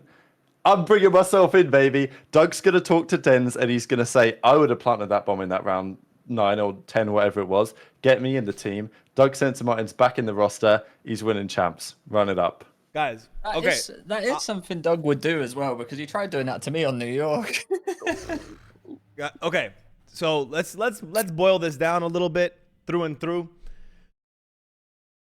This new roster with Beans, Penta, Priest, the Snoopy, they've definitely gotten they're either equivalent or just as bad at S&D as they were before. All of Major 2, they won 3 S&Ds total. Major 2, they won 3. Major 3, they've won 0. So S&D has definitely gotten worse, but it wasn't that much better to begin with. Still pretty bad, regardless whether it was Slasher or not. Clearly, the S&D coach that was trying to get together was in B Sport Josh. It wasn't Dens. It wasn't any of these guys. It was Austin, Litigoat, Slasher. That was their S&D coach. Major 3, they're kind of equivalent with hard points and respawns, which is kind of surprising as well. Actually, they're a little bit better. Major 2, you know, if you do the numbers statistically, they're 4-2 in hard points. Before they're 8 and 6. So generally, I feel like it's going to end up around the same. The one area that I think they do look a bit better, and this is heavily due to Beans in my opinion, is control. Notoriously, Beans has been a great player in control when he was in the league, and now he's also just a fantastic kill whore. So, you know, glorified TDM is control. So it's kind of like, I think Beans brings a lot in your control stats. Again, Beans right now, Major 3, 1.2 in control, highest on the team. Absolutely a menace on the control maps. Problems though. Let's talk about the problems. Snoopy.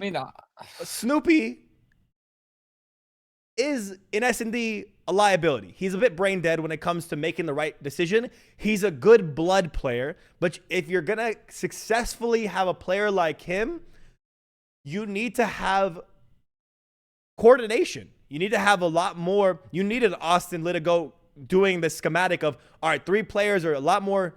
We're doing this plan, this scheme, and Snoopy is kind of this free roamer, getting a first blood, opening up the map for us and letting us push up. Insane gun skill, But clearly this team, especially with Pentagram and Snoopy and Beans, who isn't historically, he's a good S&D player, but he's not fantastic. They look chaotic in S&D. They don't look good. I don't know what they're going to do. I think Sensor Shadow GMing made a very poor decision across the board. And you've made the team. I love how we've just accepted this as fact now.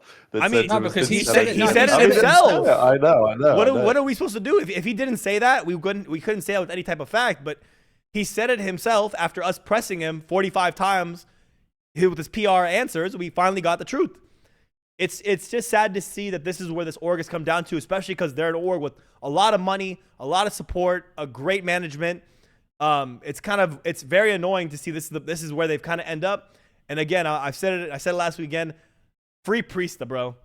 Free Priesta. Get this man some help. He's the one who knows what's going on. Get him some help. I think you need to call Austin, send him some flowers, send him some chocolates, get him some massages, bring the boy back, hold a boombox outside. Baby, come back. I need you again. Like, you need to get him back as quick as possible, because the only way you're going to salvage your season, if you could, is get him back, give him the reins, let him cook, because otherwise this season is absolutely chalked if you're Boston Breach. The season's absolutely chalked already. It's not looking great. You have 2 majors left in champs, or excuse me, you have 2 majors left, and you have to make up basically 50 points if you're even going to make champs, which is a big amount. If Boston make champs, all right, I'll get a Boston Breach tattoo. Wow, lock it in. Get that one clipped up, Charlie. Wait. Are you 100% on this one? I mean, have you seen me? Like, it wouldn't be the worst one I've got. Do we get to choose where it goes? Yeah, for sure. I mean, it ain't happening, so don't worry about it. But you know, yeah. what I mean? Why do you think I'm so like? This is where Boston come out and just buy out Simp, Abizi, Cell, and just spend $5 million to build a super team, make champs. Piss me off. But no, I don't see him making champs. I don't see him making a roster change before going into the next major. That will be like, let's work it out. But yeah, I truly believe I back my case. I don't think this team makes champs, and if they do, I will get a Boston Breach logo tatted on me. Okay, I'm with that. I'm with that. I think that's fair. Boston Breach, man. LA, but again, let's highlight. To be fair, their hardpoint looks nice. They just can't win a surge. Like, they've actually got game 5 in like every series. They just keep getting theirs led. Like, if you are a Boston fan, there is some reason for some kind of small amount of confidence that they have at least put together something that works. So they're not getting absolutely piss slammed through every series like Vegas Legion. Just imagine though, they had Slasher, Beans, Priesta. Again, it's an AR heavy game. It would have been really weird mixy. Put Beans on a flex. I don't know. But imagine you had those 3 plus Snoopy. You have 3 intelligent players. One guy's really good at control. One guy's really good at search. Collectively, they're decent at hardpoint. That would have been a possible dominant team they could have had. But instead, you got Pentagram shooting with Snoopy. And you got Beans and Priesta shooting together. It's just it's a clusterfuck. If I told you at the beginning of the year this was going to be the Boston Breach team, you would have laughed in my face. Every fan, you guys, the flank, breakdown, everyone would have laughed in my face if you told me that this was going to be the Boston Breach team midway through the season. I would have got laughed out of the building. So I don't know about that, right? I just went through their 3 matches. They've only won 1 more hard point than they've lost. It's not. No, that's okay. I mentioned that. Yeah, I mentioned that. Right. Like, because Rab said like, oh, at least they found something. I was speaking like they were nice at it, to be fair, but you probably just saw that match. You probably saw that match. Like, oh, they won 2 hard points. I felt like the most recent series because they were. I don't know. I just know that they've been going game 5s a lot, and they've been losing every set. So my assumption was they're better at hard let point. me check. We'll compare. Well, I mean, I'm gonna say I already said I called this Saturday. They're 8-6 major 2 with the previous roster. 8-6. So still they went positive in hard points. Now they're 4-2. It's early on, so you can't really say are they better at hard points just yet. But they were good at respawns before too. No. My point is that they were good at respawn at hard points. 8-6 is a positive record. They were good at them before too. So it's actually not a major difference. The big area you needed support in was search, but they're still ass at search. So I don't know. Boston Breach they are the worst S&D team in the league. Yeah, unequivocally, without question, ass at S&D. And I don't know. I've seen Snoopy play some S&D chows and stuff like that. When he's playing with people who open up the map for him, he's playing with some S&D stars, he looks really good. When he's playing with people who maybe aren't the best S&D players, he looks mid and he's making weird plays and he's getting first bloods, but they're not really like this. It's like watching rank play. It's like worse. It's like watching Crimson's play. I don't put too much weight into people that play S&D chows. Like, really? Yeah, just because it like S&D players going into an actual team-oriented S&D game, it doesn't translate very well, in my opinion. Interesting. I think there's certain plays you can make that a team's not going to watch when you're playing with 4 random people that don't have strats or anything like that. It's just a big fuck fest compared to actually going into the CDL and, you know, you can't run down mid-map at a certain time because guess what? Cell's been watching it the whole time. Yeah. You know? Yeah. I think you can work on your own S&D game, but I think to see someone that goes from not playing good S&D in their actual team going into S&D chows and doing it in there, I don't think that's particularly the best look possible. One more thing I wanted to highlight too is that Boston was included in this drama as well, but there's a claim made by Dante SIB. Again, he can't keep himself out of the drama, man. There we go, baby. He gotta just keep cooking. He claims pros are using Sound EQ online. It's actually crazy. I don't get it. The amount of pros using it is crazy. I don't get it. This was a big claim, big reaction gotten. And again, you have Zuma, Jacob Hale all asking him who, and let me click who, the response. Ben goes, as you know, pros would rather be vague, name and shame, hit the GA chat. Then Dante doubles down and says who he believes is using it. Too many to know fucking name. I'd rather say it vaguely than pinpoint, be wrong, but I know. It's so funny how he goes from saying I'd rather not name, and then he names within the same tweet. I love Dante because it's the best shit ever when he goes from I'd rather not to dropping the name at the end of the same tweet. God bless his heart. Someone needs to take this guy's phone away from him. It's comedy, bro. So he claims Seattle's running it. And then ReeaL PD Gaming says Scrap said Miami uses it. And then we have Beans himself after another response from LAG's Fame saying they're not using it as well. When Beans is one of those guys people claimed was sound EQing in MW2. I love this shit, man. Look at this. Big response out of the chat. I love this game. Yeah. It's too funny. Like, you don't get this shit in other esports. But honestly, who knows? This is the problem with it, and the reason why it's frustrating to me that it isn't officially banned, because it should be, and it is on LAN, but the CDL doesn't want to go out of their way to enforce it. There was actually another thread, and maybe it's the next tweet, actually, I'm not sure, but it was a big long thread between Benjay Nassim and SIB basically has the final comment, and he puts the little up arrow to some guy, basically saying like the league don't care about it. They're not going to try and enforce it, because these type of things, when it comes to sound EQ, when it comes to auto tac sprint, like they're things that you can't really tell as a player if someone else is using it. Like, I think probably what happens here is that somebody may or may not be using it. Somebody thinks that they are, thinks, oh, fuck it, they're using it. Like, let me slap it on. All of a sudden, someone uses it, and then it gets around the league, even though the pros have agreed not to do it. So there's various ways the pros or the CDL could try and stop this being the case. But as Ben says, they don't have the manpower. The CDL go through your PC before you play. I'm sure you could click to see if you have it on, and they monitor your PC. And they're meant to have integrity cameras. It's like if you give someone a laptop from work, you can do shit that prevents them. Don't give me that horse shit with the integrity cams. Oh my god, we used to have ours. Do they even still exist? Do they even bother with them anymore? I assume they do. But when we was in the London facility, we used to like put them over like other side of the room type shit. Like, so you could like get your Cronus and turn on Amos. I mean, realistically, someone could stand in front of it and you could plug a Cronus in. Yeah, of course. And this is the thing. Like, none of the referees are gonna say. You know what I mean? Like, I have no trust in the referees being like, oh, that's we're gonna investigate that. They're gonna be like, okay, we followed the rules. We used to have it bodged. We used to have it on a ring light because obviously there was just nowhere to put it.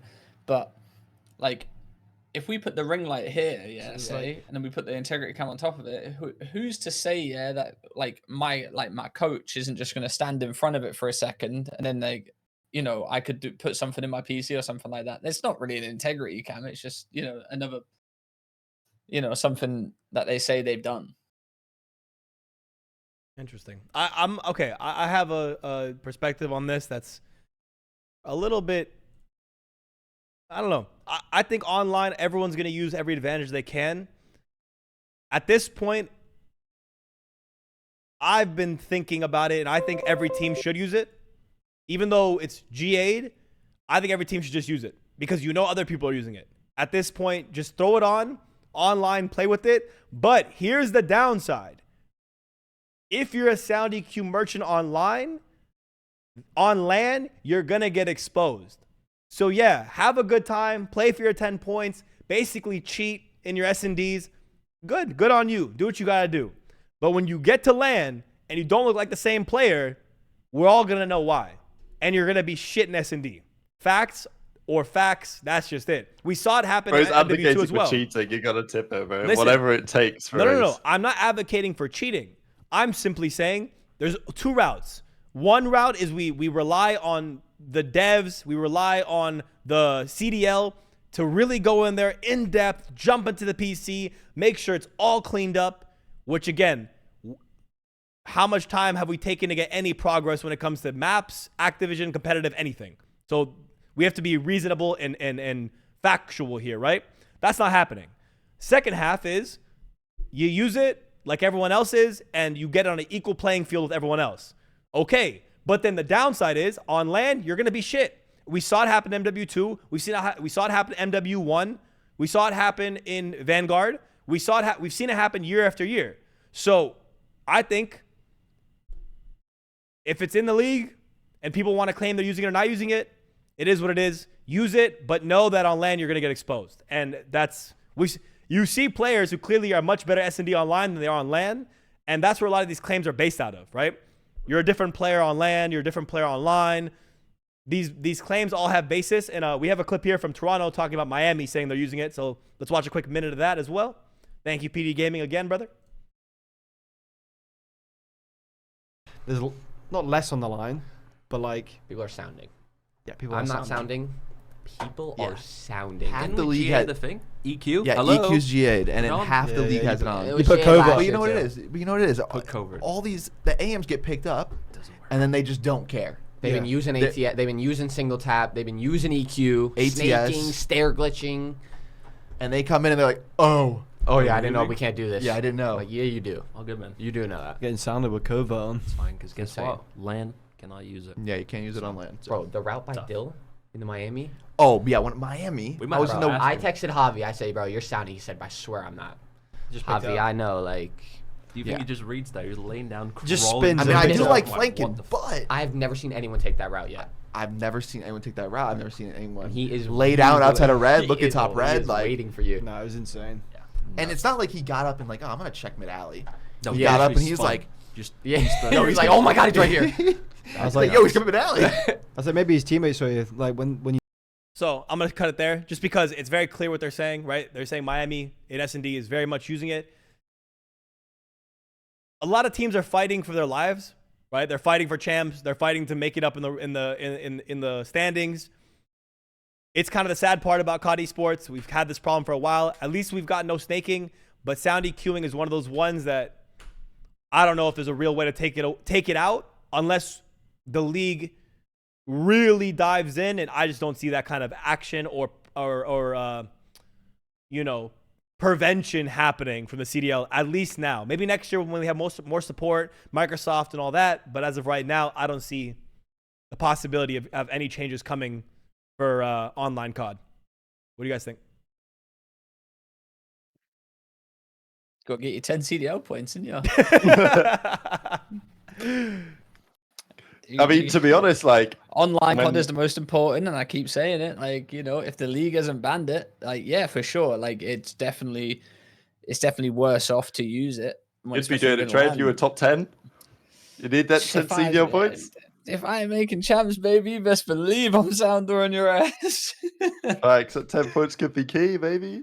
But we're talking about careers here, bro. We're not talking about, if you don't make champs, your career's basically over unless you've been frying. So, like, make champs, Who's going to know? You can just deny it all you want. Like, Harvey's This is the it. point, right? Like, yeah, Vickle says he ain't Harvey's doing denying it. it. They're You saying remember that when Scrappy called out Abuser for single tap cheese, and then Abuser said he weren't doing it, and it's like, well, who's telling the truth? I don't know. We can't tell. Yeah, wait. Exactly. What? Yeah, bro, we talked about this on the show, like, I think early on. If you watch the clip, you can 100% tell that every time he got up, he was sprinting every time. It was perfect. Well, that's what I thought, but he said he weren't doing it. I don't and know. then that's I'm my like, point. well, maybe you Fuck weren't what he using said. it. That's my point, Ace, is that like, even back in the day, Crim had, like, Battle Beaver controllers that, like, done that for him. Wait, auto tap forward? Like, basically sprint immediately? It was like so sensitive that, like, when you, like, instead of, like, it clicking, like, you just moved it forward twice or some shit like that. Like, Man, that's Crimbot being ahead of the game and figuring out mouse click controllers before everyone else. That's a W out of him more than anything else. Good shit, Crim. But this is my point. Yeah, it's just like, it's all he said, he said, she said type shit. Like, you ain't gonna find out. Like, Harvey just said, like, nah, I swear to you, we're not using it. Scrap's gone on a podcast in front of, like, the fans of the CDL and said he is using it regardless of what he says. And then everyone's gonna believe Scrap because it's Scrap. You know what I'm saying? Mm-hmm. I'm gonna also say that I don't know. They gotta. I play. You know, have you guys heard of COD Muse, the little, like, online league that, like, Breaking Point does? Yeah. COD Muse is a little online league. You pair for twos. I'm currently 3-0 in it, so I'm gonna say I'm playing this little COD Muse thing with my boy Courtesy.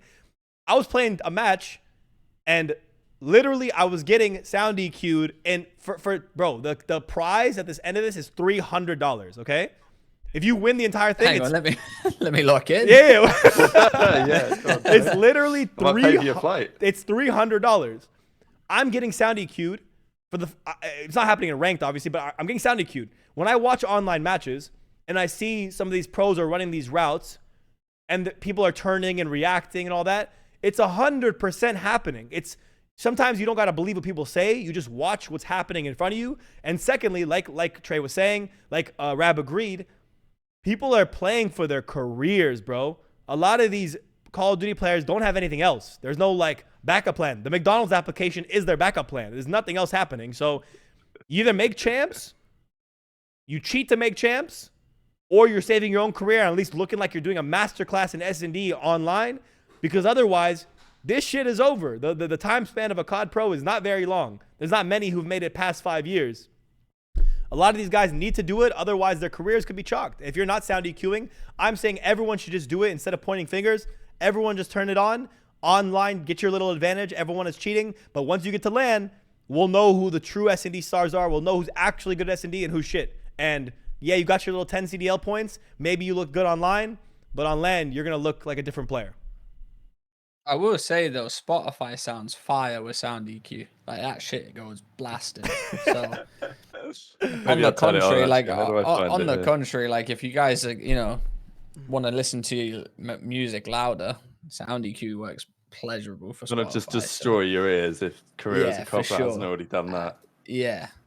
We could also jump to this back and forth with SIB and 04, which this was like this week's, I think, highlighted drama. I think everyone was getting little manned by someone that's just joined the league is crazy. Yeah. So we already said Dante claimed that Seattle was running it, and then you've 04 replying directly saying, "Come on, little man, don't spread this rumor."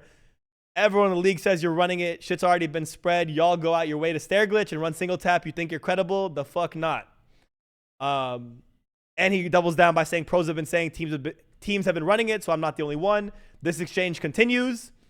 Oh, no wonder we beat you guys. We must have been doing all of this. And Dante doubles down again. You think y'all won because you're actually good? Lamo, you let one win from a top team get to your head. I'll sell my testes if I ever lose to y'all again. And you can have that last W considered an honorable gesture. Hopefully it'll make you make champs. And then the last double down is stop costing your team, little man. Well, SIB's got to watch the way he's speaking though, because they're not looking too good. Bro, top team? Are we They- watching the same team? They ain't What do you looking mean a too dub good. from a top team? These guys are, getting shit on week in, week out. And SIB might be lucky to even get the next series because when they play Surge on June the 7th, right? So if he loses that, he's got to sell his testes. But he might not even be in the team by that point. At this rate, given the way that he's costing those guys. Rab Cook, What if they just got rid of him, baby? No, I ain't got anything to say. I'm just saying that 04's cooking. This guy's just come into the league and he's already bringing the energy and is absolutely sunning this guy SIB on the timeline. And then after SIB got absolutely slammed and world starred on Twitter by a rookie, he then drops a 0.7 the next day. It ain't looking good, bro. And like SIB's mental is so easily checked. Like there's no one that can tell me otherwise. Nah, It's so he has easy to get under SIB's skin, bro. like I said, I love SIB, but he might have the worst mental of all time. Ah, man. I just think someone needs to take away his phone. Like, take away Twitter for a little bit. Maybe That's not, what- that's what- maybe no, but not that's what someone. Someone doesn't need to take it away, but, like, he needs to log off and just lock in on COD, get off socials for a bit, and just...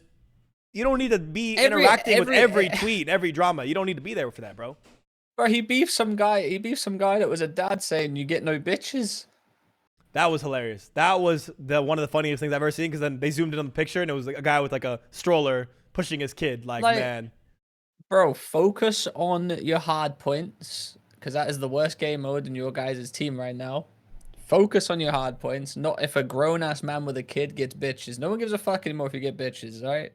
Dating scene's fucked, alright? No one cares anymore.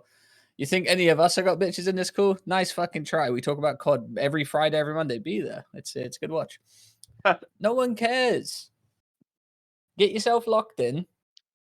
I thought Super changed, bro, but back at MW19, remember He's got like what worse. happened? He's got worse. Remember what happened when OpTic fans were beefing him, and he dropped a certain word that he probably shouldn't have said, and he got dropped from FaZe for a couple of weeks. And it's like, oh, like Sib's changed. He's a different man now. Like it ain't like it used to be. And yeah, Someone said we Sib know is where the we are worst shit today. talker. Sounds like my drunk uncle, which I can agree with. I mean, Sib, what was it? I don't know if you saw a temp shit Sib talking gets someone the cooked other every day. time he tweets, man. I Did feel you bad, see, honestly. Did you see temp shit talking someone? Basically, I'll beat Yeah, the fuck I did, out of yeah. you, pussy. Maybe I'll find that. That's some real shit talk right there. He said, like, you get no bitches. No, I'll beat the fuck out of you, pussy. that's my goat. Speaking of the new, since I wasn't sure whether we should jump to Seattle or NY, but I think it's more natural because we're focused on SIB right now and New York. Let's jump to the New York FaZe series just because it seems natural right now. Man, really, we always talk about NY and their issues in Respawn, but man, their hard point against FaZe just got exposed badly, really bad. Tough series all around. Trey, I think your face is saying everything I want to say. What do you think about the series? What's your reactions? You're right again. Not shocked. Not shocked. No, I'm struggling to see where this New York team stands because they do beat the top 4 teams. They don't beat the top 4 teams. Sorry, they beat the teams below them, apart from Seattle. 04, my god. But their hard point is just terrible. It's by far one of the worst hard point. I'm putting these probably like 7th or 8th in hard points. I don't know if that's a stretch. You guys can agree or disagree, but I think their hard point gets exposed by a lot of people. Even the bottom teams. Bro, they barely beat Minnesota Rokkr. Wait. my bad, it's fine. But like they played Rokkr per series and they were struggling to get over the line. Also, their map pool is so exposable because they still refuse to play the new maps, and they end up challing FaZe on Rio, which is a map that I think eventually FaZe are going to get beaten by someone, but like they're unreal at that map, and it's quite obvious that they should be unreal at that map. They even tweeted about it, didn't they? Simp tweeted about it. Like, yeah, Simp tweeted like, "Why are you telling us on Rio still? Like, what are you doing?" Is that the first time they played Rio or no? Because it looked like it. Oh, New York, yeah, it weren't great. Let's see. When their matches. They must have played it before, but like, I think okay, I do they played remember a playing it 6-star one time. search. Well done. No, they play ReeaL a But, few times, actually, a lot of times. ReeaL, they're 3-1. But again, their hardpoint record, let's Major 2 to Major 3. They were 11-7, Major 2. Major 3, they're 3-5 already. So clearly their hardpoint has taken a hit. And again, even their S&D, right? Like their S&D Major 3, they're what, 1-4?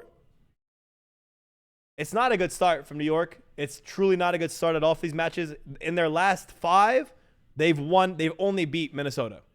Okay, and let's say only a Major 3, they're 1-4, losing to FaZe, Ravens, Surge, Rokkr. At what point do you hit the emergency, the red button? What is it a time? Can we see a possibility of a change in New York? Do you guys see that as a possibility this season or no? Oh, 100%. I think it's their hard point, Ace. I can't see a world where they stick. Their hard point is terrible.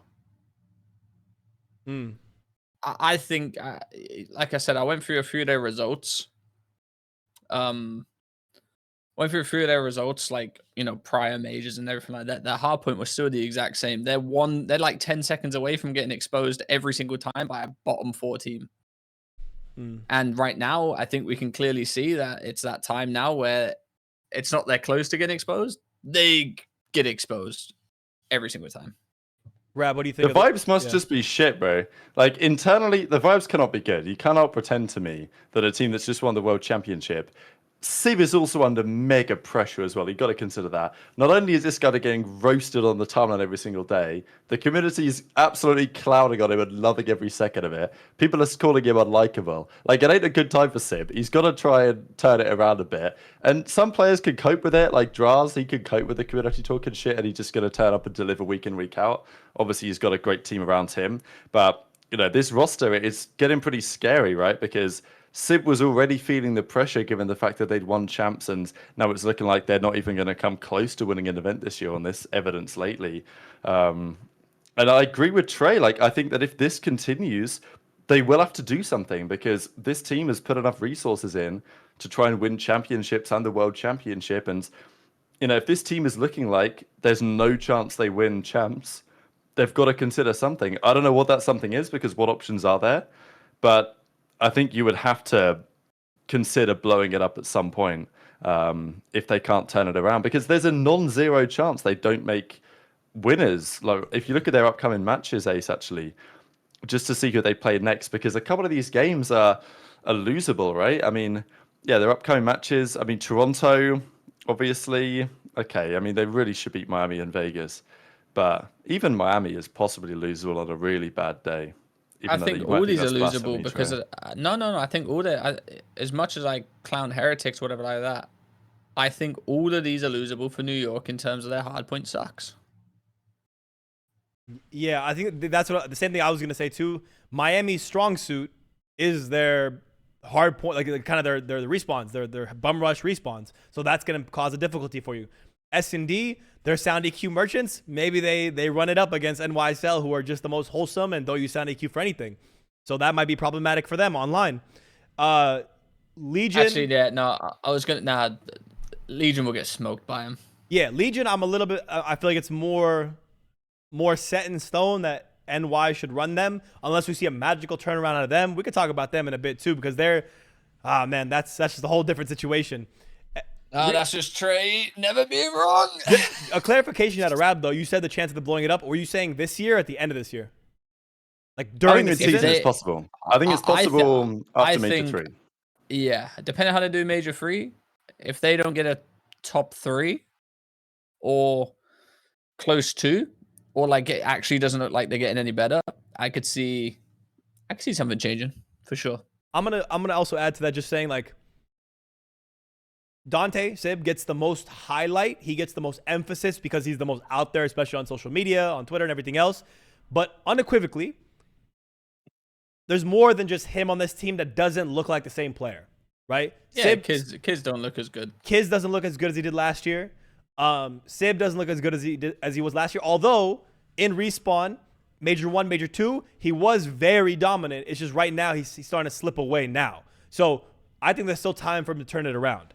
Skies, on the other hand, as well, has a great, he gets a lot of kills, but are they effective kills? This is, again, the KD issue. If you talk about Snoopy, right? Everyone says, oh, look at his KD. But if you watch the matches, you really know what's going on. Not that effective of kills. Skies gets a lot of kills, but are they that effective of kills? So that's another question about in this game compared to the previous game. Is Skies as effective on the map? I think Hydra continually is making good plays. He's still... That's that whole team, I think. Yeah, it's crazy how different MW2 was and MW3. Just the gameplay, the format, how it plays out for this team. It's just not very suited for this NYSL roster. And I think there's other things to look at besides just SIB. But I don't know. I'm not in favor, nor do I think they make a change by the end of this year, personally. I think might be a chihuahua nowadays, bro. Holy shit. I agree with you, Ace. I wouldn't say... I would say all of these were frying at some point, and then even when they fry together, they still don't look good. Well, when they fry together, they win by 7 points. Yeah, that's my point. I think this is a bigger, deeper issue. Like, SIB gets a lot of the highlight because, he needs to get off Twitter. He really does. I think even when he loses, he just goes on a rant. I think he needs to stop paying attention to every other outside noise that doesn't matter. Focus on your team, because let me tell you, this team right now looks great on paper. Does not look good in game whatsoever. What do you think about NYSL's pace? I think they're literally off pace. Like, everyone's moving at different speeds and not together. It's not coordinated. Maybe it's a comm issue, but there's definitely some pacing issues, which is why I say Skies is kill whoring. Skies kill whoring along with how SIB plays and how Kismet's been playing. It's very odd. It's very odd. I ain't gonna lie. I think if they kept Priester, I don't think they would look this rough. I think they would be a bit more consistent, but I still don't think they'd be very good. Nah, I just think in this game it wouldn't have worked. It's not like Priest is frying. I mean, he's doing well, but it's not like he's on a team that's... He's playing at a respectable level. Right, he's on the worst team in the game. Rab, don't do this to me again. Don't make me cook you again. I hate... This is the one thing I can't stand, and I will not stand it again. I said it last week, and it was posted, and it got the love it needed to get. He's the most underrated player in this game, and this is the shit I hate to hear about him. You can't say he's not cooking. He's not frying. He's been Boston's best player. Snoopy's not their best player. If you watch matches, I don't care. He's not their best player. Priest is their best player, bar none, no question. That narrative needs to die. I can't let that rock, Rab. Can't let it rock. Okay, that's fine, but they're not bringing him back, whatever you think. I don't think they think it would improve their team. So there's a reason why they got rid of him. I think if they brought back Priest, they would still be in the same situation in terms of in comparison to the other teams. I just wonder who they would get. I mean, people in the chat are talking about Illy. People in the chat are talking about Ghosty. There's no way they're getting Ghosty because Ghosty's locked up, bro. Ghosty's locked up. They could get Wake. Oh, maybe. That's gonna solve the issues for sure. I mean, all I'm saying is Wake's been fine in challenges. He actually has been looking really good in challenges since he's gone down there. So, I mean, just get more kills, Yeah, for sure. Fuck the teamwork. We're just going to outslay them by 25 every map, and we must win eventually. Yeah, for sure. That's what we need. We need Big Wake on the old New York. What you're talking about. That's a good take right there. The only person I think needs to... That, again, some people are saying in the chat, which I think would work, but I don't know how you do it mid-season, because I don't see... LAT letting him go, but Ghosty on the team... Make it rain. No, not Tim. I think Ghosty would make sense a lot on this team, but there's no... I don't think it's a real possibility considering just middle of the season and he's LAT's best player. I don't see them letting him go.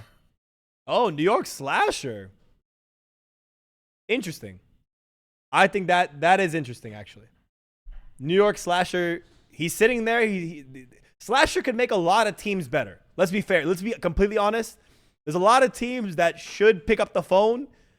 And like I said, baby, come back. I need you back with me.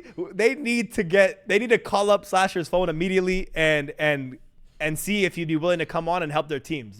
There's more than one, more than two, maybe more than 3 teams that I could see could benefit from having Lit Goat on their team. 100%. I kind of agree, but I just don't know if Slasher and Skies works. This is the issue for me. It might be too slow, but I've always said this, like teams, people say that teams are too slow or anything like that. It just all depends on how you mesh in game. They're like, if you need to be faster, you're a professional player, you know when to be faster. I just think New York, for one, they're missing someone that's like a solidified like role model in terms of like who's going to move them in game. Because when you watch the minimap, you can clearly tell they don't know what the fuck's going on. Yeah, speaking of people knowing what's going on, Seattle Surge with an absolute incredible turnaround. Is 04 the truth? Is he the best player in Call of Duty history? Is he the next Scump? What's going on, man? How is Seattle Surge revitalizing Trey? Talk to me. How are they revitalizing and turning this around? Rambo's back on Twitter.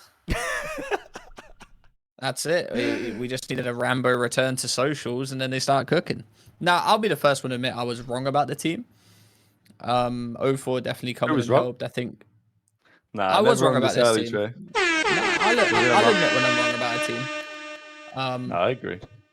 Stupid. I think we all were.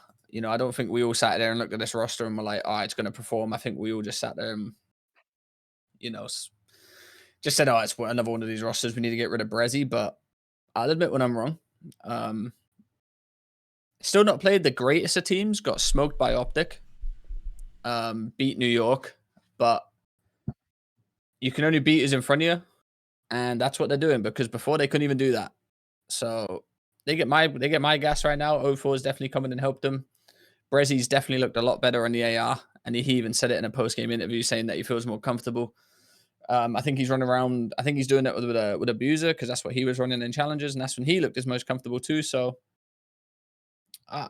I'm excited about Seattle. They're on par with my LA Thieves, like underdogs, you know, dark horses. So that's all I've got to really say about them. Yeah, I was wrong. I'm actually so like I'm happy for this team now. As much as I clowned on them, getting rid of Arcites was the correct decision. It didn't make sense for the team. Guys playing for kills, whatever. 04 comes in, bit of energy. New player into the league. He's bringing the hype. He's ego challenged SIB on the timeline. I love this shit. And he comes in. He brings the pace they needed on the roster. The rest, I think, like the one-man change and the role changes helped them considerably. But the thing for Surge is they've genuinely improved and they've gone forward a couple of steps with this change. There are teams around them, such as the team that they played in this series, that seem to have gone backwards by all evidences, which puts Surge from a team that were like 9th or 10th best in the league. All of a sudden, Surge are probably top 6 right now. The way they've played, they're in that ballpark. They might even be top 4. I know that sounds outrageous, but look at the way Surge have played over the last couple of weeks. This is probably going a bit too wild, but fuck it, I'll run with it. They were competitive with OpTic despite getting 3-0'd. Map 1 was a close 6-star. Game 2 is a 6-5 search. They beat New York. They beat Ravens. They beat Vegas. What other team is better than Surge right now? Okay, you can put New York there. Maybe you can try and put Minnesota Rokkr there, but good luck with that. You can maybe put Thieves there, but they just got reverse swept by Rokkr. Like, what team is 4th in the current league? I'm not seeing many candidates. I think it's all up in the air. I don't think we have a top 4 right now, if I'm being honest with you. Top 5, top 4, top 5, 5th. We're fighting for 5th, not 4th. 4th is still. No, we're fighting for 4th, baby. Oh, Subliners are dog dude. shit. Here we go. I'm telling you, I don't believe Subliners are top 4 right now. I think they can lose to a lot of teams. I think they are 4th still in terms of talent level and all that, but they have the highest chance to get exposed, and their stat line against the bottom teams reflects that 100%. But let me cook with Seattle specifically. One person did say that there was going to be a player that came in who was going to cook. I watched 04 in Challengers. I talked to the kid. He's ridiculous. On land, second land ever, wins. Right? Takes down Challengers Champs in Miami. That's his second major LAN that he came to, and he won the entire thing with Gunless, with Dak, with Classic. Good roster. The biggest portion here for Seattle Surge was everyone getting back on their roles. Right? Abuza's comfortable now. Brezzy's comfortable now. Oh, they have a leader in S&D now. And Hook has coordination with his team now to go run around and do what he likes to do. Hook is free to do the plays that he wants to do, this is the kind of situation that I would love to see Snoopy in, on another hand, right? Free to roam with tactical players that know what's going on. Surge had this potential the entire time from the start of the year, if their players were just on their proper roles. It was that simple.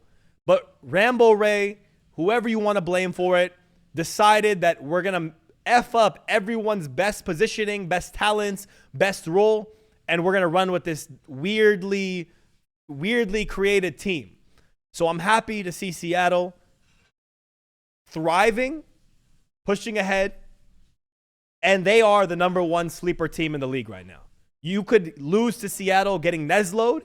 You could lose to Seattle if they turn up randomly in respawns.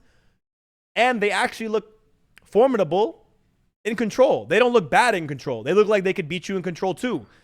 Across the board, they have their sleeper in any game mode, any day, any team. #1 sleeper team is Seattle Surge, 100%, unequivocally, no doubt. I think online that is true. I have my concerns when it comes to LAN, because Hook has always got online. And like I was gassing up Hook even earlier in the season when these guys were dog shit.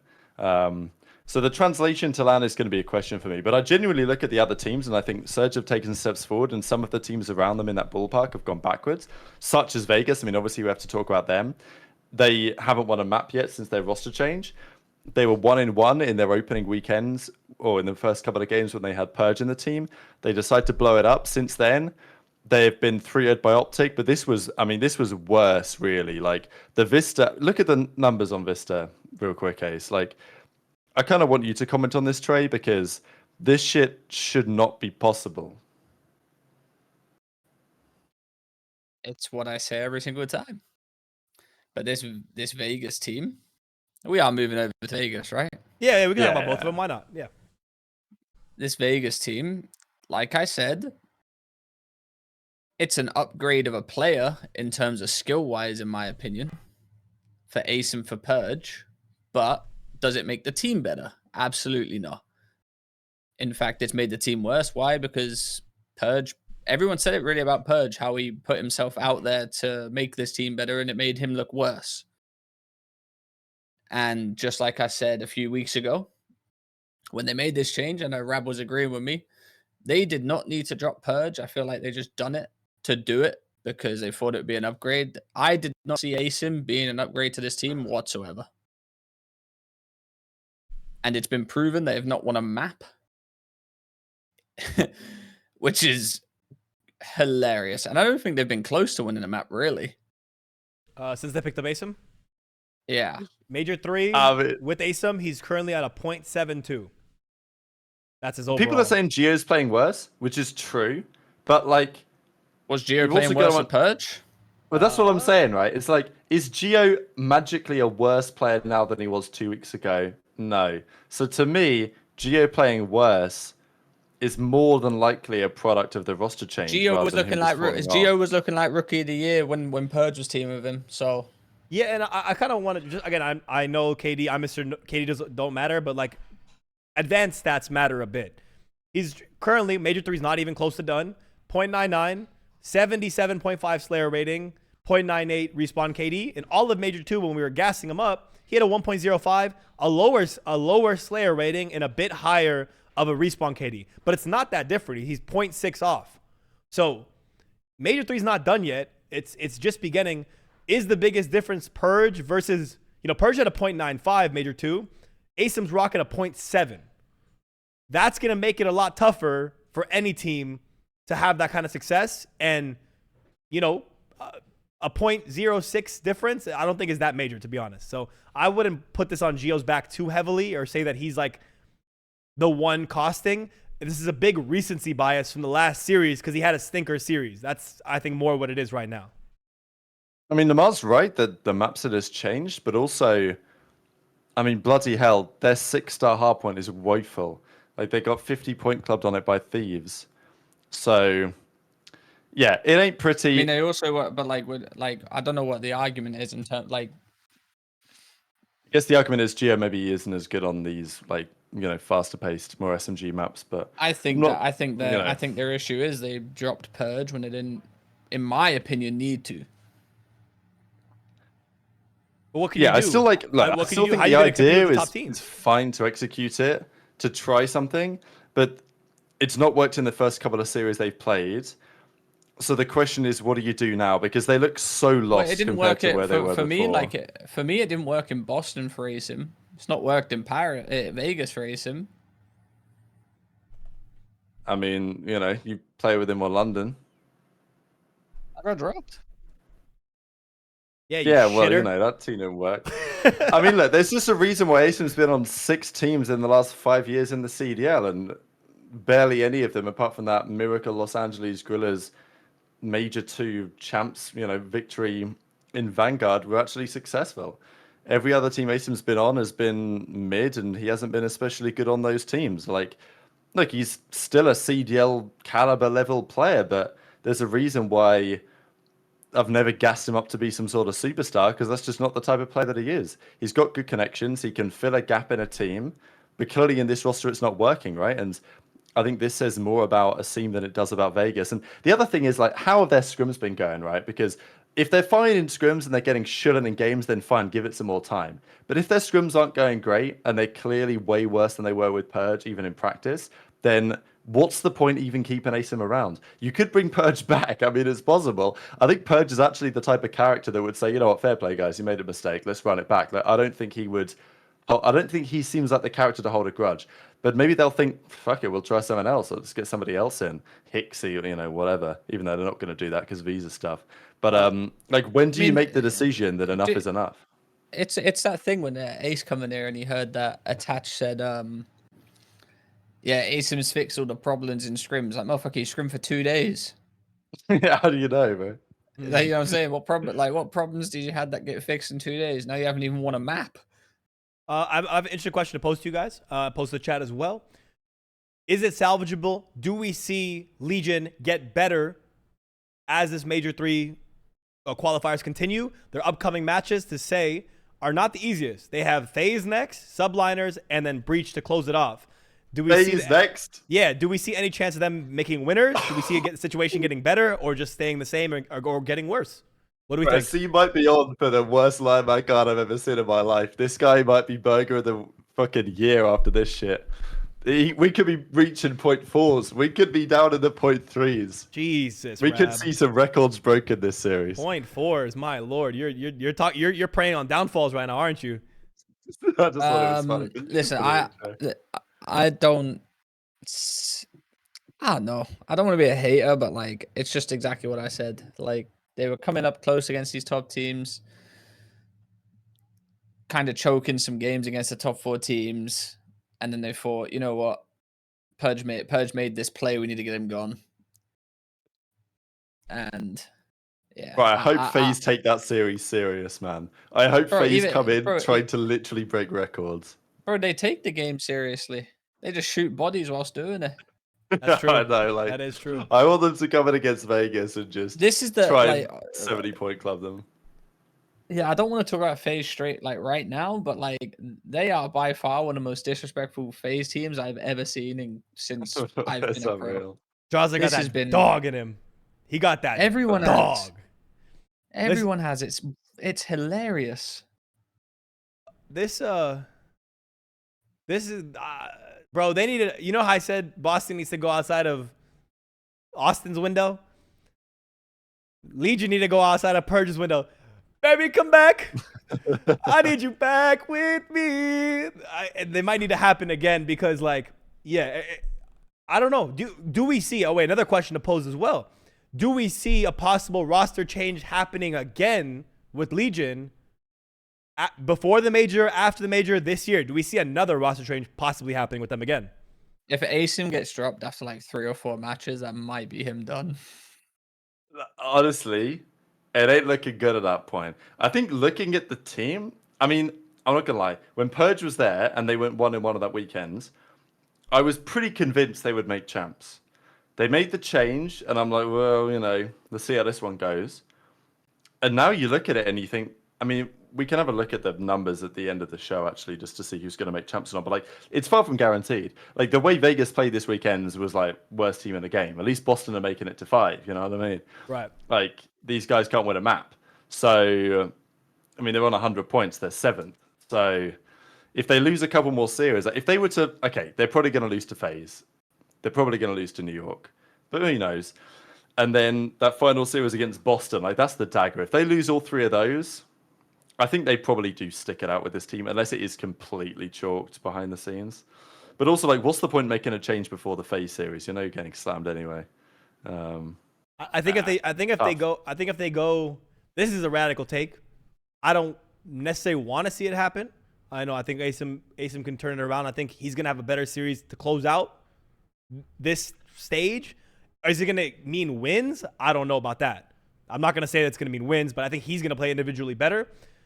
But I do see a world where before the major, they could bring Purge back in.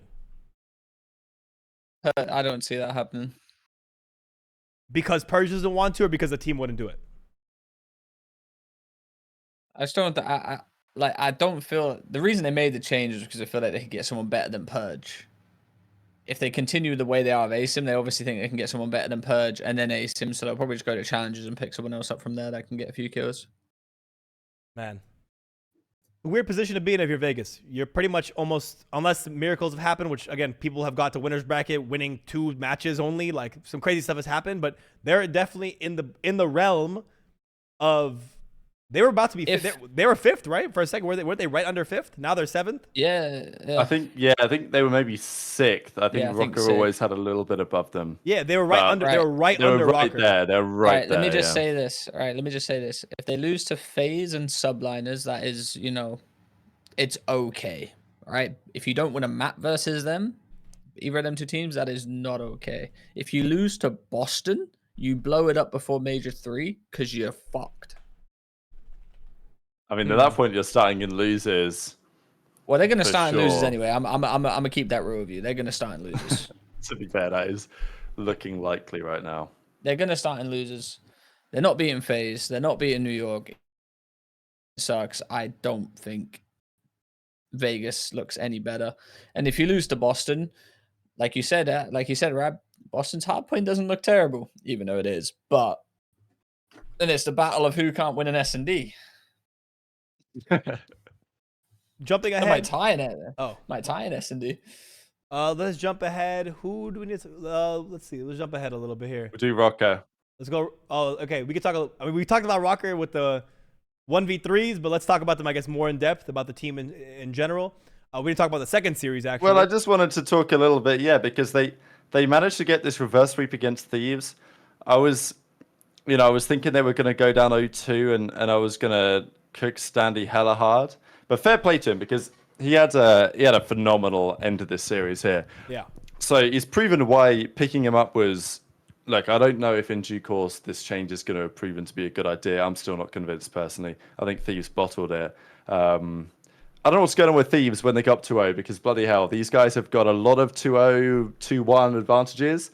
And they just, that invasion was crazy, the way that they lost that. Sure, Lamar had a good play and to get on the point and shit, but wow, Thieves should not have lost that one. Always tends to be those round 5 invasion control offenses, right?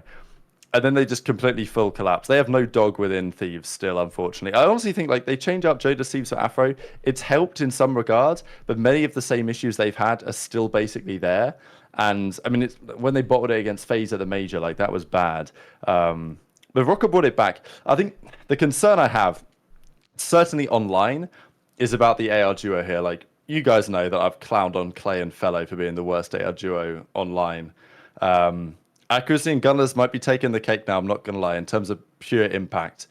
Because the thing that confuses me is that Gunless is arguably slower than Accuracy, which I just don't see how that AR duo delivers the impact that they need it to on a consistent basis. I think they made the right decision making the change, and I think that signing Gunless was not a bad idea. But I just think watching their gameplay, I'm just not convinced that Gunless and Lamar is the way to go. I know pacing's a buzzword, right? But if it wasn't for this reverse sweep, I'd be clowning them hard. I'd But love to have heard the comms after they fair got play. 1v3 twice, honestly. That would have been my favorite. The comms were probably dead silence. I'm assuming they were just everyone just not saying a word, not looking at each other, just like, fuck. Dead, like dead silence, bro. Just like, again, it's just seriously? a slow team, right? Like it's just another Yeah, it classic is. loony team. Loony and Brian Sate team. They just put together these slow-ass rosters. And sometimes it's going to work. But I think, and maybe on LAN, it can even give some degree of advantage. But I just think that at this time of the year, certainly on these maps we're playing now, I think this team is going to get exposed bad when they play like a serious roster that's going to bring some pace and some slaying. I think, okay, speaking of the AR duo, I think a concern here for me, if you look at the hard points, especially for Major 3, is Lamar at 0.95, but he, second highest kills on the team, highest damage with the most OBJ time, and third highest engagements. I think when you look at this roster, why Gunless was brought in, you need him to bring, some of that pacing, like back in the old games. He wasn't a fast player particularly, but he wasn't as slow as he's playing now. I think he's played that role in challengers for a couple years. He needs to adapt, give him some time on the roster to get comfortable and start moving a bit. But him having, lower kills, lower damage, less OBJ time, and less engagements compared to Lamar, that is problematic. But it's a new team, new roster, pretty fresh. And one more thing that Rab said, if they had lost the second series and lost to LAT this weekend, I think that would have been the dagger and the twist, right? The LAG series was the dagger. If they had lost fully, like a bad choke slam to LAT, it would have been the twist. And I think the confidence of this team would have been really, really bad. But thankfully, they're able to get a big win here, full reverse sweep, bring it back, dominant ending in the Search and Destroy, and Standy gets a masterclass. Gunless has a better series too, 1.0 ends it pretty well. I think this series, how they come into next week, which I think who they play next week, who are their upcoming matches. They play next week Toronto, which Toronto looks a little bit, it's exposed a little bit. It's possible for them to take a win here. And then Ravens, this is kind of the momentum you want to have into these last two matches. And just, within Major 3, they have 2 wins, 3 losses. Their chance at winner's bracket is pretty much solidified if they get one more win. If they can beat Ravens, we see them in the winner's bracket. This team on LAN, I think, could make some noise. Yeah, that AR duo Burger Bowl is going to go crazy. AR duo. I think the scariest thing about Minnesota is they got 3-0'd by LAG, my bad and boys. Standy had plus 13 and had pretty much the same amount of damage as everyone on his team. Yeah, this was a weird one, to be fair. But we roasted him. To be honest, I didn't even pay much attention to the KDs this series because I just didn't really think it told the picture of the game. But Standy clearly was massively important to their win against Thieves. So it's interesting what it means for Linz, right? It's like Linz hasn't been able to be the same player that he was at the start of the season. And I don't see Standy and Linz being I don't see Standy and Linz both frying at the same time. You know what I mean? I just don't think that's how that duo is ever going to work. It's a very weirdly together put team. Yeah, it's like let's find the two very slow ARs and 2 very slow subs, put them together and see where we're at. The one thing I think that they can rely on a lot of the time, especially when it comes to LAN, because maybe there is sounding QGs happening, all of that, is their search. I think this team across the board, Lamar, Gunless, Linz, Standy, they could Neslo you very, I think that's their scariest part about them. That's their sleeper cell strength there. That if they take one respawn off of you, this team can very well. Standy's a known player in S&D. He's pop-off potential all the time. Linz has his maps in S&D. Lamar has the ice factor. And Gunless just is a good, consistent, communication-heavy player that can do well in S&D. I think that's their biggest strength, and that's what makes them a sleeper team for me. I don't think their S&D is that good. What will tell you that? 2 1v3s. Losing it against LAG. Winning 1 against LA Thieves, getting 6-2. I wouldn't say that. I wouldn't say they're an amazing S&D team. I feel like this is definitely, to me personally, you and I both know 2 1v3s in one series it's looks great. Yeah, but it's kind of fake. that means that. Yeah, it means you're not a good S&D team. No, I mean it's kind of fake, to be honest. If I saw a team get 1v3 twice, it's kind of fake. And in the same map, yeah, it means you're not a good S&D team. They're 4 and This is a mozzarella promo. no, they're 4 and 3. They're 4 and 3 right now. 1v3 doesn't matter because it's like it ain't gonna happen again. Yeah. Yeah, I would agree. I would agree with you if it's like, you know, if they were dominant in S&D, but like they just haven't been. They're 4 and 3. They got 1v3 twice in a match. Like right, they're 4 and 3, but realistically, if we look at it objectively, they should be 5 and 2. And again, that may be some. Who are them against Boston, bro? They don't even count. 2 S&D wins against Boston. What are you supposed to say? I'm saying this one against LAG itself shouldn't have been a loss. It should have been a 5-2, and their S&D is where they're the scariest. Whether you agree or disagree, I don't personally care. I watch COD. Y'all watch COD. You guys know the truth. Y'all are just cheesing for the show. Stop it. Immediately stop it, boys. The S&D is their best point. I'm dead. Well, Boston can't win a fucking S&D, so take 2 away from them. And that LAG one, they lost it. So what are they realistically? They're basically they're basically besides Lins and Hardpoint, all red basically in respawns. S&D gunless above 1.0, Lins above 1.0, Standy 1.4 in S&D. My point exactly. That's their scariest spot. I mean, if a Chihuahua was scary, then yeah, for sure. All right. Then that's all. I don't think they're as good as S&D as you're saying they are, which are 4 and 3 record, and 2 of them being against the worst S&D team in the game doesn't say much. My thought is also taking the players into account. Who you have on the roster. This is an S&D favored team. Like individual talent here is an S&D favored team generally. Where you're gonna find you have Ice, Gunless is consistent S&D, Lins is good at S&D, Standy's very good at S&D. Done. Individually, put them together. That's where you're gonna have your strength. I guarantee in the next 2 series we see a Neslo. How about that? I'll put that claim out there right now. In the next 2 series, whether against Ravens or against Ultra, I think probably against Ultra, we'll see a Neslo happen by Rokkr. You have it. You heard it here, folks. You heard it here. All right. Here down. first. I'm down. And if they don't do it, I'm getting a tattoo of Rokkr. I'm down. Oh I don't think they're as good at I don't feel they're as good as S&D as what you're saying, but that's fine. If you believe they're gonna Neslo, I'll wait till they Neslo. Let's jump to. Should we jump to OpTic FaZe? Who should jump? We could do OpTic real quick against Miami, just because they absolutely hate these guys. They're talking shit again, as always. They're just basically running around taking the piss. I don't really know what Miami would do in game 1, to be honest. Like, every single one of these teams seems to go through these cycles where they just run at the hill and die. Miami love doing that. Vamonos COD? Yeah, that's what we call it, the Vamonos COD. Sometimes OpTic do the Vamonos COD. Sometimes New York Subliners certainly do the Vamonos COD. But wow, Miami Heretics, they are the architects of this one. And they pulled off some crazy shit game 1 Vista where they just threw their lives away for about 2 minutes in a row. Everyone says I'm hating. No, Trey's just a Miami. No, they're just not good. They want them up, though. Not good. It's actually, this series is more interesting than it maybe appears on paper. OpTic, bloody hell, man. Watching them play high-rise search is still a bit painful. They really should have won the round 11, but they bottled it because Kenny made a mistake. I mean, I don't know, one of Kenny or Dasher made a mistake. It was a miscom regardless. But good reps for OpTic. I don't even think there's really too much to read into here. It's just another one of these series that you know OpTic's going to win. It's just a question of how, and a couple of decent reps. Miami, I don't think they're terrible. I need ReeaL. Give me ReeaL on an American roster. That's what I need.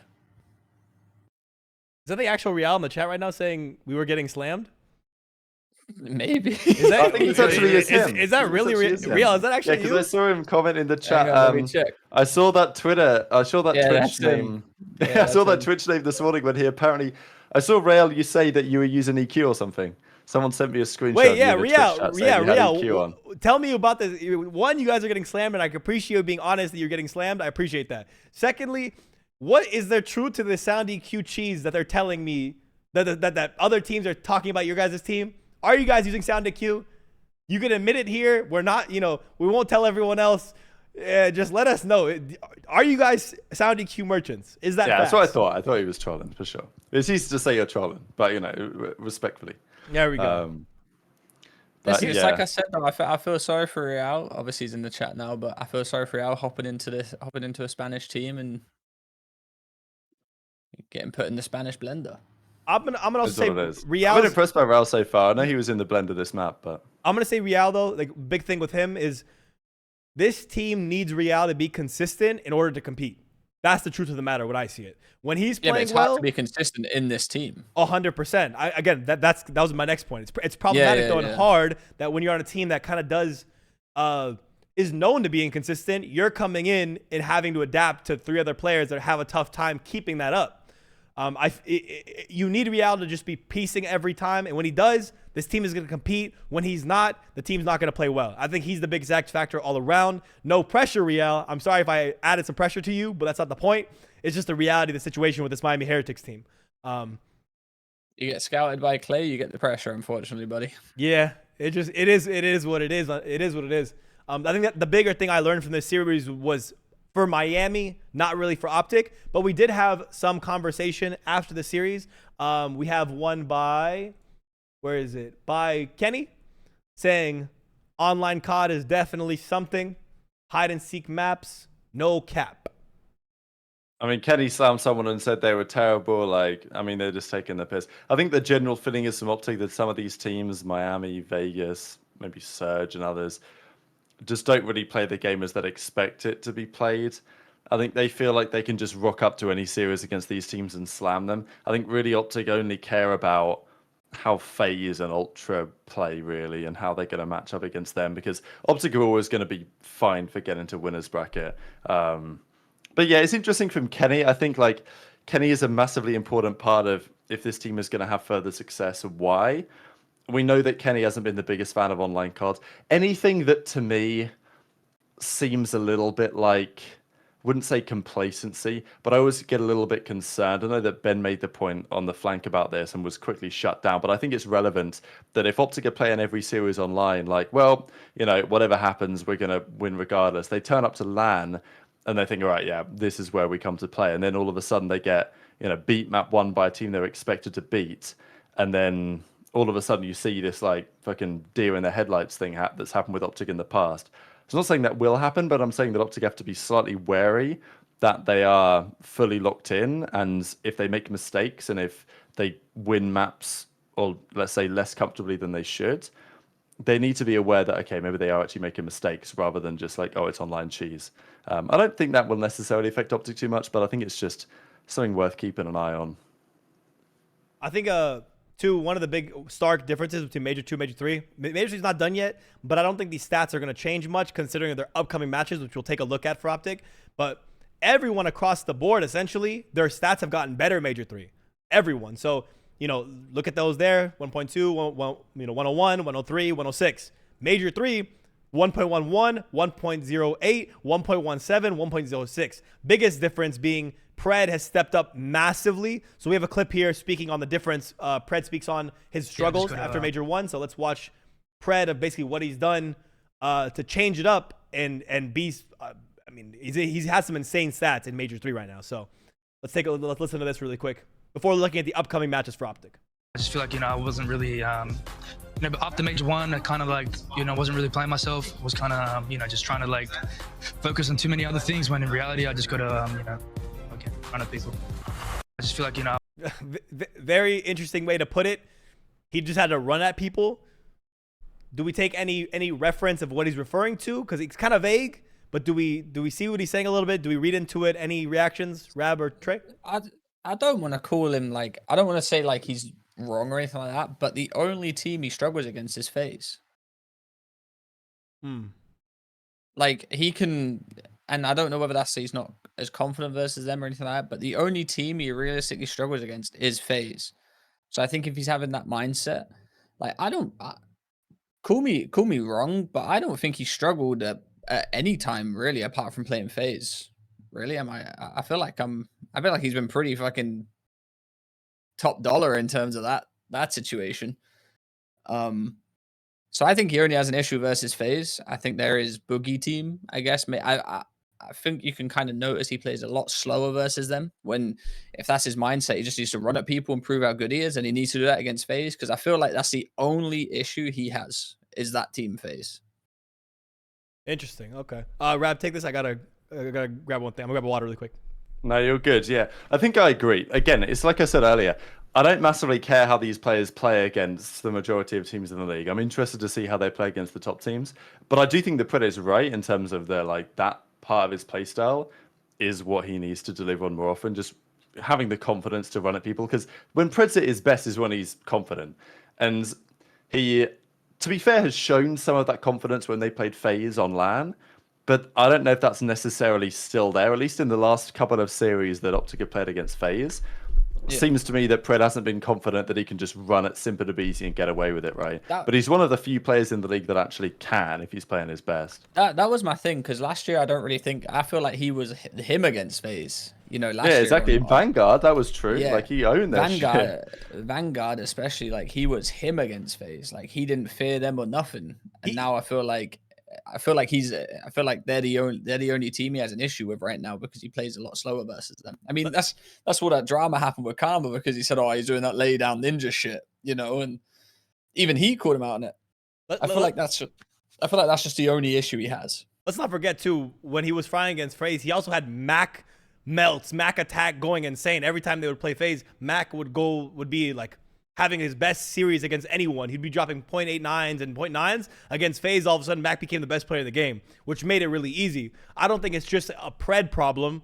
I think generally, OpTic struggle a bit against FaZe. Like, I think I'm not trying to hate on the green wall. I'm not trying to hate on OpTic, but we can say that fairly confidently. They struggle a little bit against FaZe. And there's new maps now. There's a chance for them to step up. I think personally, Vista and 6-star adds an element of mixiness where either team can finally beat each other. And Shotzzy and Pred, if they're playing at the level we know they can shit on FaZe. It's very possible, but it's going to be tough. It's still not an easy thing to do. Everyone needs to be on point when you play against FaZe, but it's possible now, considering how well, in the stark difference that Pred, Ken, Dashy, all these guys are compared to Major 2 to Major 3. Considering the upcoming matches as well, it's a fight for the top spot. FaZe or OpTic are fighting for #1 seed, because look at these upcoming matches for OpTic. Boston, LAG, LAT. That might be the smoothest, easiest schedule you can ask for if you're any organization right now. Yeah, OpTic FaZe are fighting for the top spot, and really I think both of them are just kind of sharpening their map pool to eventually play in grand finals against each other at Major 3. I wanna take back my statement versus Pred, because I've just gone through all their series this year against FaZe. He has been their best player against FaZe this year. KD wise, everyone else has been kind of shit in the sheets. Yeah, I think at the start that seems true, but like I think the eye test in the last couple of series, I think if you look at the minimap, yeah, but like he's different. like, it's not like he's not killing them. You know what I'm saying? It's not like he's like going through the stats like he has, you know, engagements. His KD's there against him. Everyone else is kind of getting pissed on. I can't lie. Apart from the one where Kenny fried him, was fried. Question actually, Trey. I saw a comment on this in the chat from JBed, I think. OpTic keep playing this high rise, yeah? They're chucking in high rise search. They're putting in high rise control. They get in reps in on high rise because they know it's a map they've got to improve on, which is true. But also, his point was, FaZe get to see all the VOD. They get to see everything that OpTic's doing. They get to see, you know, hours of VOD now of OpTic on that high rise search. So sure, OpTic might make improvements on high rise search or high rise control or whatever, but they're going to go to the major theoretically and play FaZe in the grand finals, hypothetically. And FaZe are going to have so much evidence of what they've been working on that they're going to slam them anynway.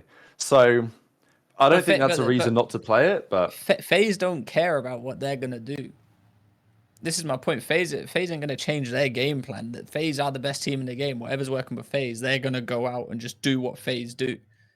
They're not scared if OpTic have a new strat versus them because they're FaZe. You know what I'm saying? They'll probably watch over somebody and be like, they've thrown this little bit in, this little bit here. But they're still going to do what FaZe do, because why? They're the best at those maps. Like, OpTic, I feel like OpTic can play... Every time we watch OpTic play High Rise Rabbits, like, oh, this don't look good. You know, no matter who they play. So are they even getting better at the map? They're just playing it to show that they're getting reps in, but are they getting better on it? I don't think they are. I think the shining light for OpTic here is if they can get 6-star back in, Vista, some of the new maps. That's their chance to beat FaZe, in my opinion. Get these new maps in. Stop trying to play the old maps against FaZe. Try to get sub base in, 6-star, Vista, and just you have Shotzi and Pred and Dashy. You have certified shooters. Just go get Mixie and run around the map. Vista's like that. Vista, honestly, if you play it, if you watch it competitively, the spawns kind of suck. The map's not that great. It's really just off spawn, fill the gap, get your kill, and keep pushing. That's the kind of maps I think OpTic are very good at. ReeaL, I think if they play them on ReeaL again too, this ReeaL is really close if you look at it. Like KD wise, right? BZ 0.72, 0.93, but then you've Drazah and Selim having, this 2 AR meta they do on ReeaL is kind of interesting, FaZe. But overall, OpTic didn't play badly. That's an anyone's type of game right there. Any Mixie map, OpTic have a chance against FaZe. It's not as clear-cut as people want to make it seem, especially considering this new map pool for Major 3. I don't think the separation between OpTic and FaZe is as big as some people are making it seem. I disagree, honestly. They're 0-6 against them the whole year. Like, that's pretty fucking big. No matter how close these maps look. Like, you look at it and think, OpTic choked this, OpTic choked. Every time they play FaZe, don't they choke every series? They usually start slow, they bring you back to crunch time, and then they lose when it comes to the clutch. Like even that control versus FaZe, they had no ice. And everyone's like, oh, we were so close, we choked against them. I feel like every single time you choke against them, every single series, it's got to get to the point where you're not choking, you've just not got the ice against FaZe. Yeah, right now I think FaZe are clear. I don't exactly know how clear. But I mean, let's talk about FaZe real quick, just because I don't even know what to say about this team anymore. Made the take last week that I think this FaZe team is better than Cobble FaZe. Absolutely standing on that based on this performance. The funny thing is that Drazah is able to play at a level where he looks like the best player on the team. Which is like, if Drazah's playing like this, what are you meant to do? Like, actually, what are you meant to do? I mean, we had this discussion that Drazah was like, when they were having like shakier maps at the start, we were like, oh, was Drazah the right pickup? They get a bit of confidence, and now look at them. They are just running through people. Yeah, like laughing at. They're laughing at last year's MVP. Bro, Celium was, 50 seconds into game 1? He shit on Hydra and shot his body? Like, I mean... Yeah. Obviously, there's going to be... I do believe there is a time they lose. Just because. FaZe are bound to lose a few matches, sorry. That's just how it is. They're going to lose one of these matches towards the end of the year. But if there's one thing everyone should know about FaZe is if you beat FaZe, you piss them off even more. So when you beat them once, they just come back and go 10 times harder and you're fucked. So you got to choose when you beat them. That is actually the case for Cold War FaZe for sure. Yeah, like, I mean, if you ever beat them, you knew you were getting shit on the next time you played them. That's why I said they were going to win Major 2. They lost to LAG before they flew out. Like, yeah, everyone's fucked. Good luck.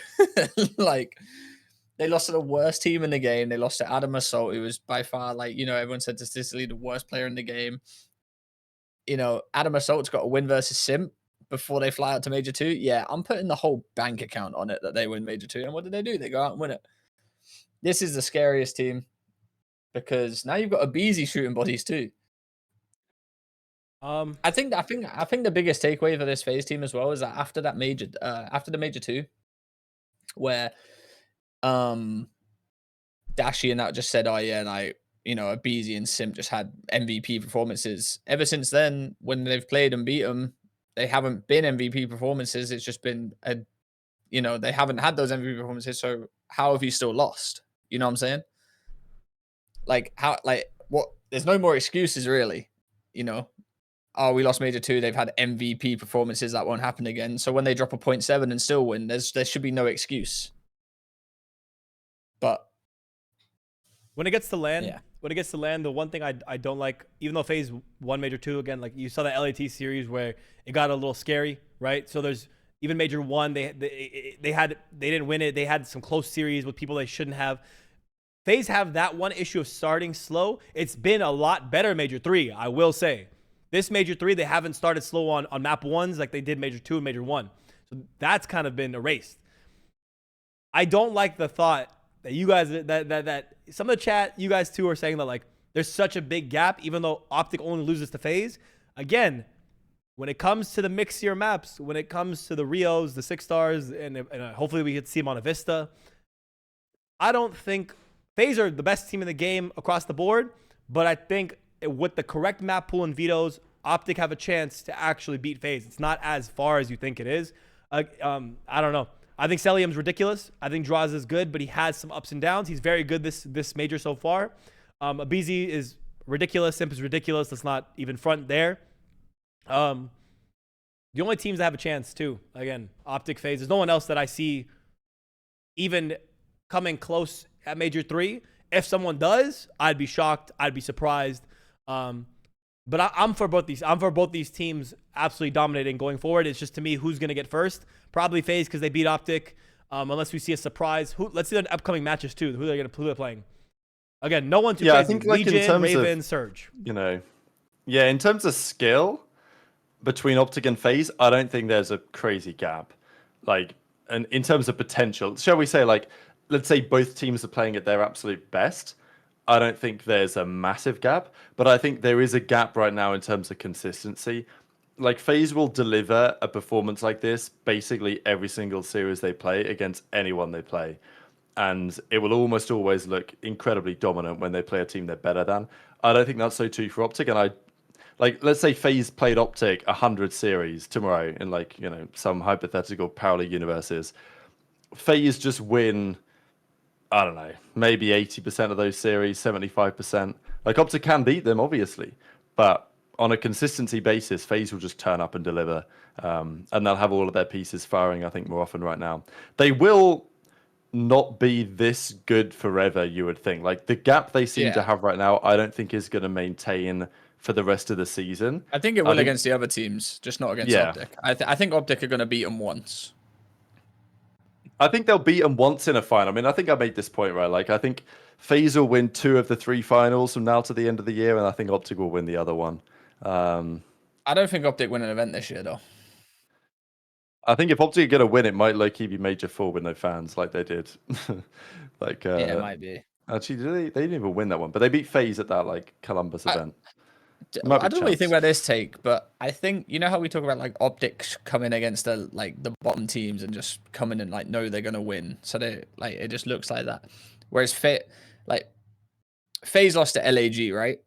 And we thought, I sat there and thought, it's probably because they just didn't try as hard. I think if FaZe, I'm trying to struggle where I'm getting at it. OpTic will come in and beat the bottom 4, bottom 8 teams or whatever it is, just people below them. But FaZe has a chance to lose to them if they're not going 100%. That's my point. You know what I'm saying? I feel like OpTic could go 80% against any team lesser than them and beat them, probably by Ultra New York. But if FaZe don't try as hard against the bottom 4 team, they could potentially lose to them, as we saw with LAG. I get what you're saying. It's just a weird. You know what I'm take. saying? Yeah, I do know what you're saying. It's just a weird. It's hard take. to word it. Yeah, I think it kind of comes down to the type of COD they play is a lot more organized than OpTic's COD.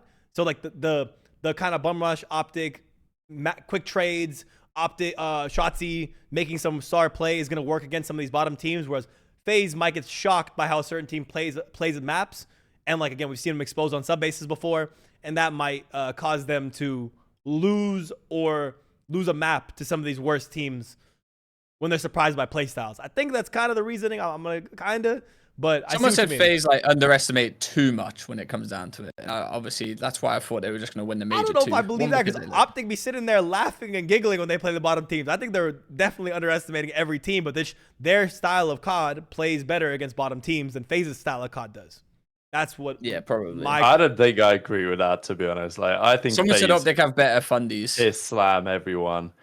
I think the OpTic series against the bottom teams are liable to be closer than the FaZe series. High? I'm not high at all. No, the guy in the chat. He said OpTic have better fundies than FaZe. Are you high? Oh, okay. Yeah. I thought you were making that take. No. And I was like, I'm just gonna pretend he never said that. Yeah. But it's just, this FaZe team, I've never been reminded more than Cold War FaZe situation. It's the same shit. They play a series, there's an insane skill gap, they're going to win. It's a matter of how quickly they're going to 3-0 the other team. to be fair, they did actually lose they lost a high-rise control, which I was somewhat surprised by. So fair play to New York on that one.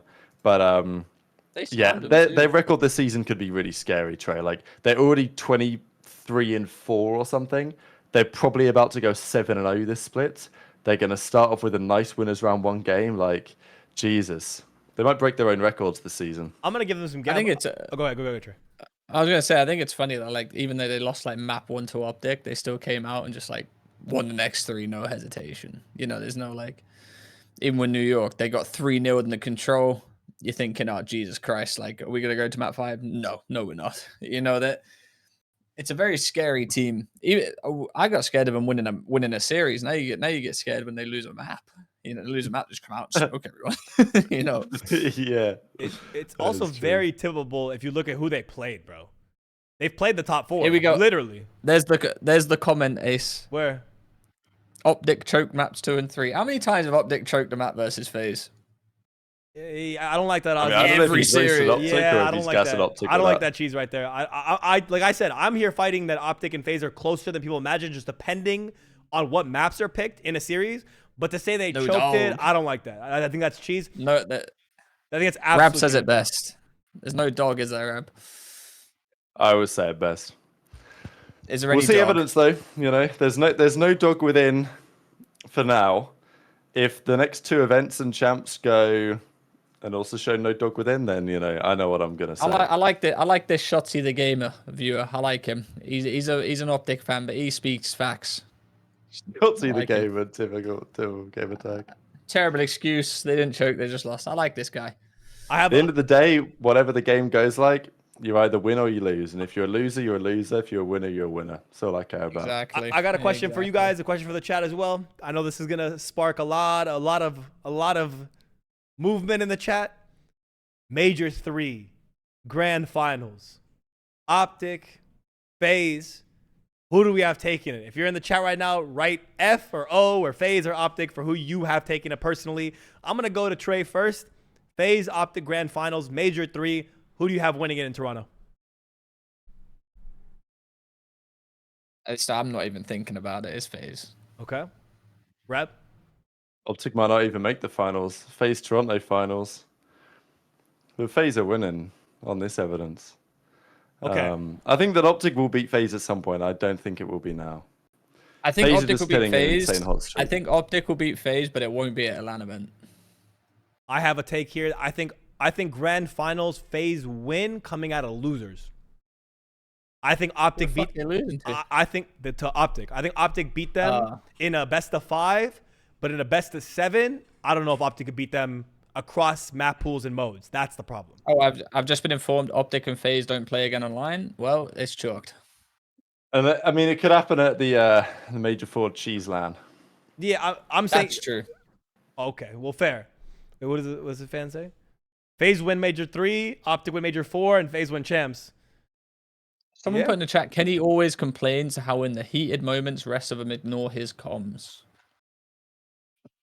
I mean, he has kind of mentioned that comms in those moments have been a problem. I don't know if he's complained about it. It's more so a problem they have to solve a little bit. Yeah. I mean, it's... I mean, that's I feel like any team can say that when a moment gets hectic, the comms get mixy, and it's hard to listen to people.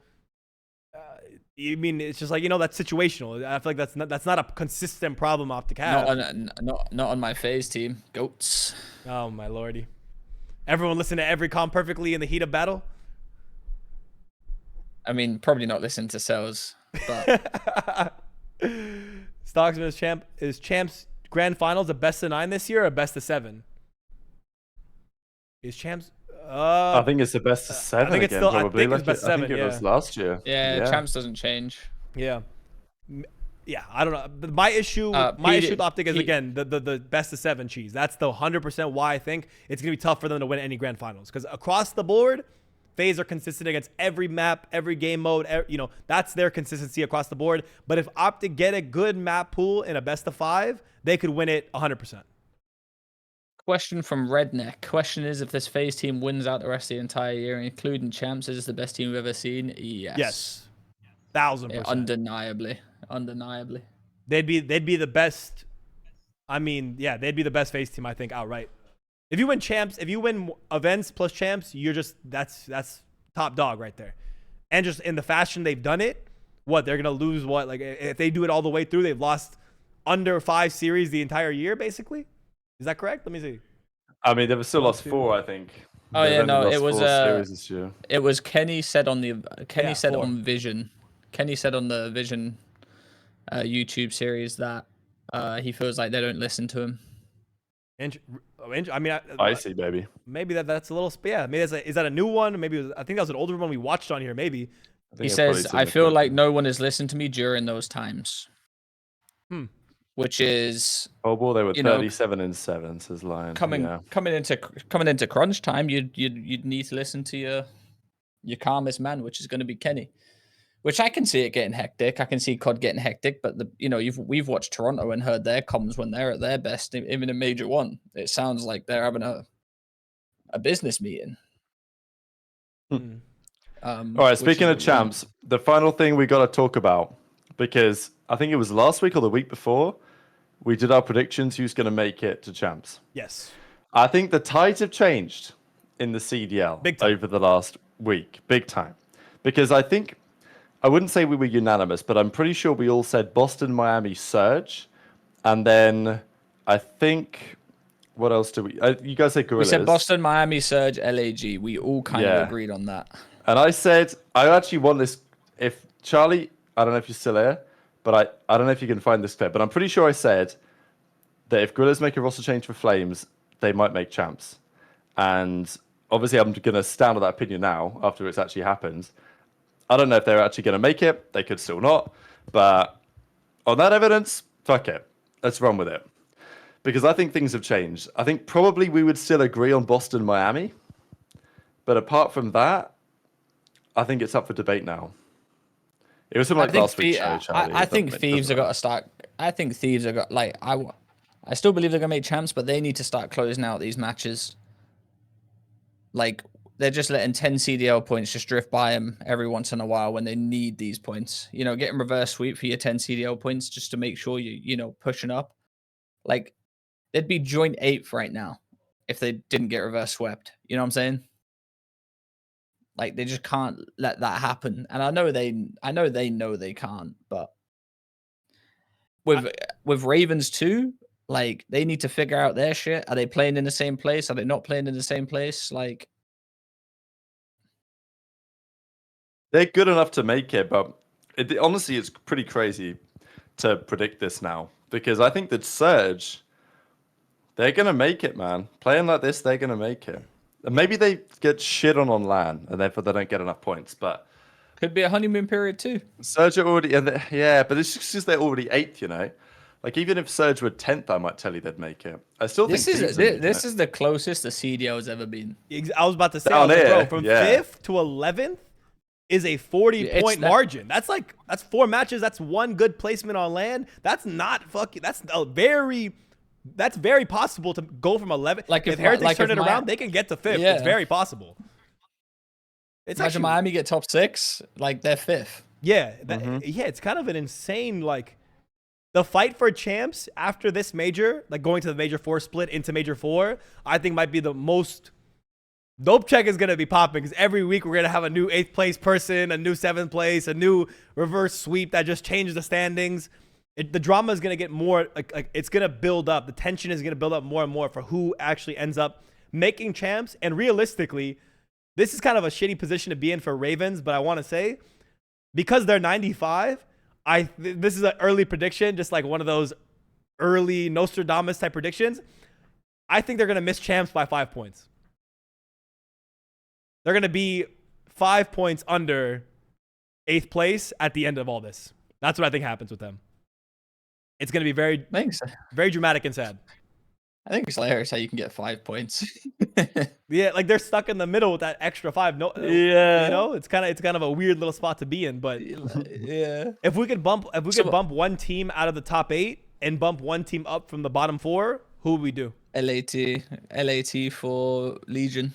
Yeah, Vegas are going down as far as I'm concerned. I've lost the faith. I think they're kind of lost as a team. They're on based on their matches. They're on track for a 0-6 or a 1-5. Mm-hmm. I think they've already won one, so they'll be. Yeah, but you know what I'm saying. 1 in With 6 or ASIM. 2 in- Yeah. Yeah, with ASIM. Yeah. And then obviously if that happens, I don't see them turning up at LAN, which is even scarier. Someone put in the chat as well, difference from first to second is bigger than 5th to 11th. Wow. Yeah, that is. Oh, it's we're in. That's It's 50 dire points. right I mean, now. That's not. Hey, actually, I'm Not going quite. back. I'm going back to something we said earlier Oh no, in the actually, show. that is true. I'm going back to something you guys said earlier in the show that I see now. I see the vision now. I looking at this has made me see the vision. Doug might really break a record and hop in for Penta to close out Major 4 and prove himself in the CDL when they're no pressure, 12th in the league, and they're just playing online league matches. I see the vision now. Doug comes in, stays in 12th, wins a couple online matches, and then finesses his way into the CDL. God bless. COD is back. COD is back in 2024 because Sensor returns to the CDL. That's the vision. I get it now, Trey. I get it, Rab. I finally understand. Someone said what would have to happen for Boston to make champs? They would have to buy out the FaZe roster. It's still not impossible, but it just like the problem is when you've got teams this good, they're getting a surprise top 3 is just not going to happen, really. Yeah, but it's not like they've like picked up these players whilst being bottom and they're getting wins. All right, Rab. It's not like that. They're still losing, and the teams above them are winning. I don't want to ruin their hopes and chances of all Boston Breach fans, but their upcoming matches are OpTic, Thieves, Ultra, Legion. It's not looking good, boys and girls. It's not, unless Pentagram becomes Himothy on land. I mean, look at that last 5 games. It's not looking very good, bro. All L's, a hard split to finish up, and they're starting in losers at the major. It's not looking good for them to make a run and do some miracle run into the top 8. I don't really see it happening. It might be the Boston or Legion coin. My God, you're toxic, bro. You're toxic. Tell me. So right, who doesn't make it then? Let's do an upgraded prediction based on the recent roster changes. I feel like I'm still going with mine, to be honest. I really do. Boston, Miami, Surge, LAG. Who don't make what? Winners bracket? Nah, champs. Oh, I mean, I think we kind of said that, right? We said. Yeah, but he's saying like, has anything changed since like the roster change or anything? I'm still gonna stick with my guns. You're still having Legion make it? Tippable. I ain't gonna lie, if Rokkr lost to Thieves, I was gonna say that Rokkr won't make him champs. But I think now they just have enough of a cushion to hold on. To be fair, nah, Vegas might be taking the cake, honestly. They might be So taking who gets it? someone's... So you think Surge maybe get it over Vegas? Surge already in. They're 8th. No, Well, he's I know, saying but, like based on our towards predictions like before. Oh, like major 4, like all we're predicting far ahead. Okay, yeah. LAT, swap LAT for Vegas right now, and that's the end of the year. Done and dusted. Interesting. So you got Ravens down there as well now. Yeah, they're gonna lose out by 5 points.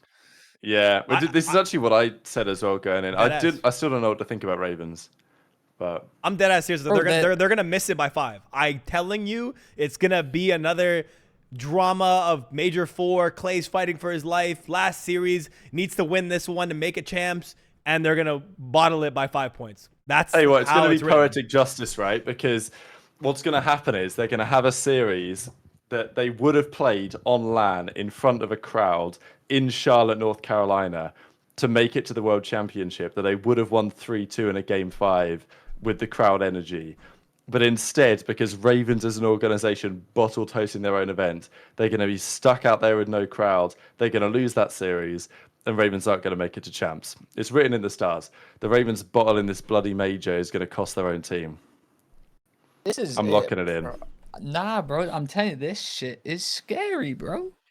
Also want to look at this too. This is the current Major 3 seeding for Major 3. So this is another thing. Who makes winners bracket? It's you couldn't have written this one. No one could have predicted that New York would be 9th currently. A chance of starting literally in losers.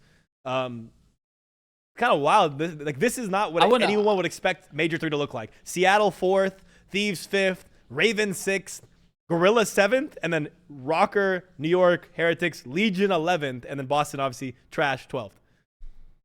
I wouldn't have Subliners 9th, but I've always said that they're not that good of a team. Even from Major 1, you guys can go watch dope checks or anything like that back. I've always said they're not that good of a team. Purely based on just their hard point alone. And now their S&D's lacking too. Like, I think New York are going to shock a lot of people this major, and not in a good way. Ooh. You like Major 1 vibes, basically? Potentially. That's not what you want to see right there. I think there's this clip. There's also this clip here that PD shared of the Kenny clip of him saying that they don't listen. So we have actually proof of what was said there. Like, when you said get off, I thought you meant like just. Oh, this clip. Okay, this clip. I'm bumping you. Go. No, I didn't know the time. No, you're good.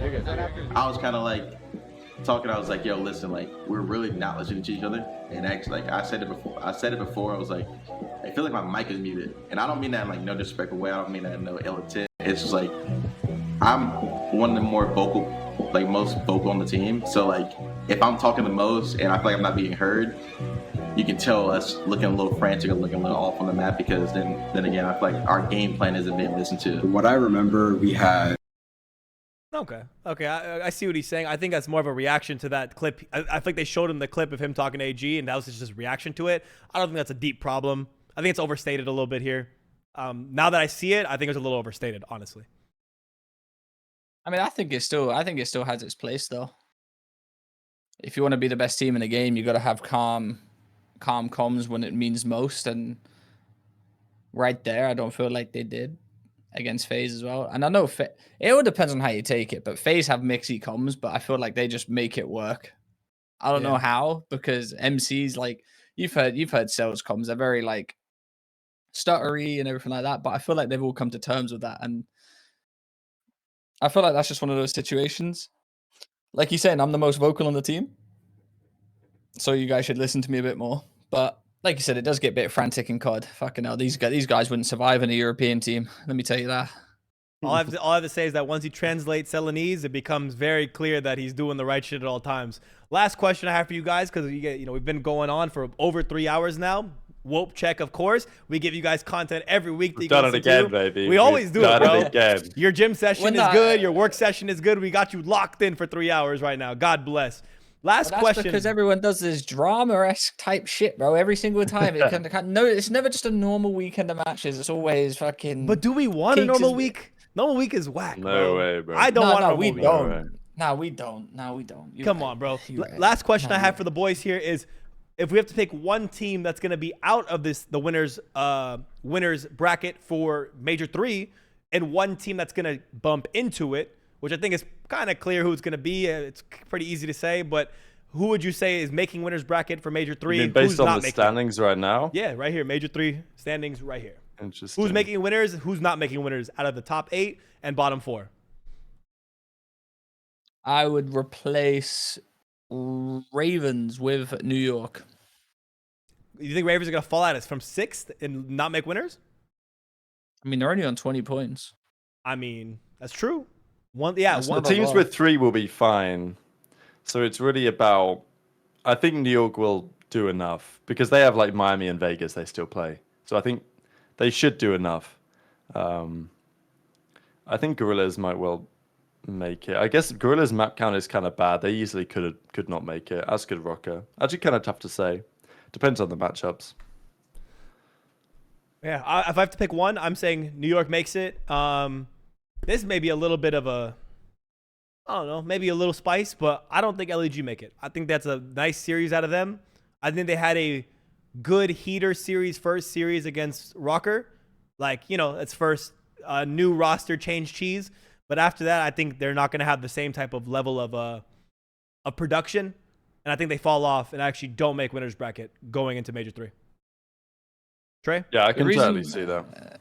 The reason I say Ravens is, one, they're not playing from the same place consistently. What the fuck's going on there? I would love an explanation, just so I don't keep going on about it. 2, New York. We know New York are gonna win some of these matches, they're not going to lose a bracket. If they do go lose a bracket, then fuck me. I'm not getting another tattoo. You can all go fuck yourself. But I just see a straight swap. And like I said, 20 points in that much. I can even see Minnesota not making it too, realistically. The fuck? I'm kidding. Just being real. Being real. I mean, they would have been down there had they not have reverse swept that, but yeah. Exactly. They did, and all I care about is winners and losers, so I'm going to give them the credit. Very simple. To be deep, Clay was not there for their last match. So he missed earlier in the show when we went over it. Yeah, he missed earlier in the show. Yeah, Clay was not there for their last match. He was not playing in the same place as them. God bless. Well, that does it. We went through all the drama, all the matches, the major 3 possibilities, the champs possibilities. Guys, you know every week in Call of Duty, we're going to have some more drama to talk about, more matches, more spice, more narratives. This Friday, make sure to tune in. We have Dope Check episode 18.5, and that will be the pre-show to the Call of Duty matches, beginning an hour and 30 minutes before the COD matches, live on YouTube, not Twitch. So make sure to subscribe to the GG Breaking Point YouTube to not miss our episode. Follow the Twitch, baby. We've been getting loads of followers and loads of new subs as well. Absolutely, yeah. We got new subs and everything as well here. The audio platforms. Guys, thank you for watching Dope Check episode 18. You already know, next Monday, join us. Come right back here on Twitch. Same time, same place. The boys all together again. And I think next week, the special guest from last week is going to be here. He was supposed to be on last week. He'll be here next week. Thank you for watching. Thank you for the support. We appreciate you. And from Rab, Trey, Stocksman, from all of us, have a good rest of your day. Have a good week. We'll see you guys Friday before the matches. Later, go. I think Doug got up line. Well, it's good.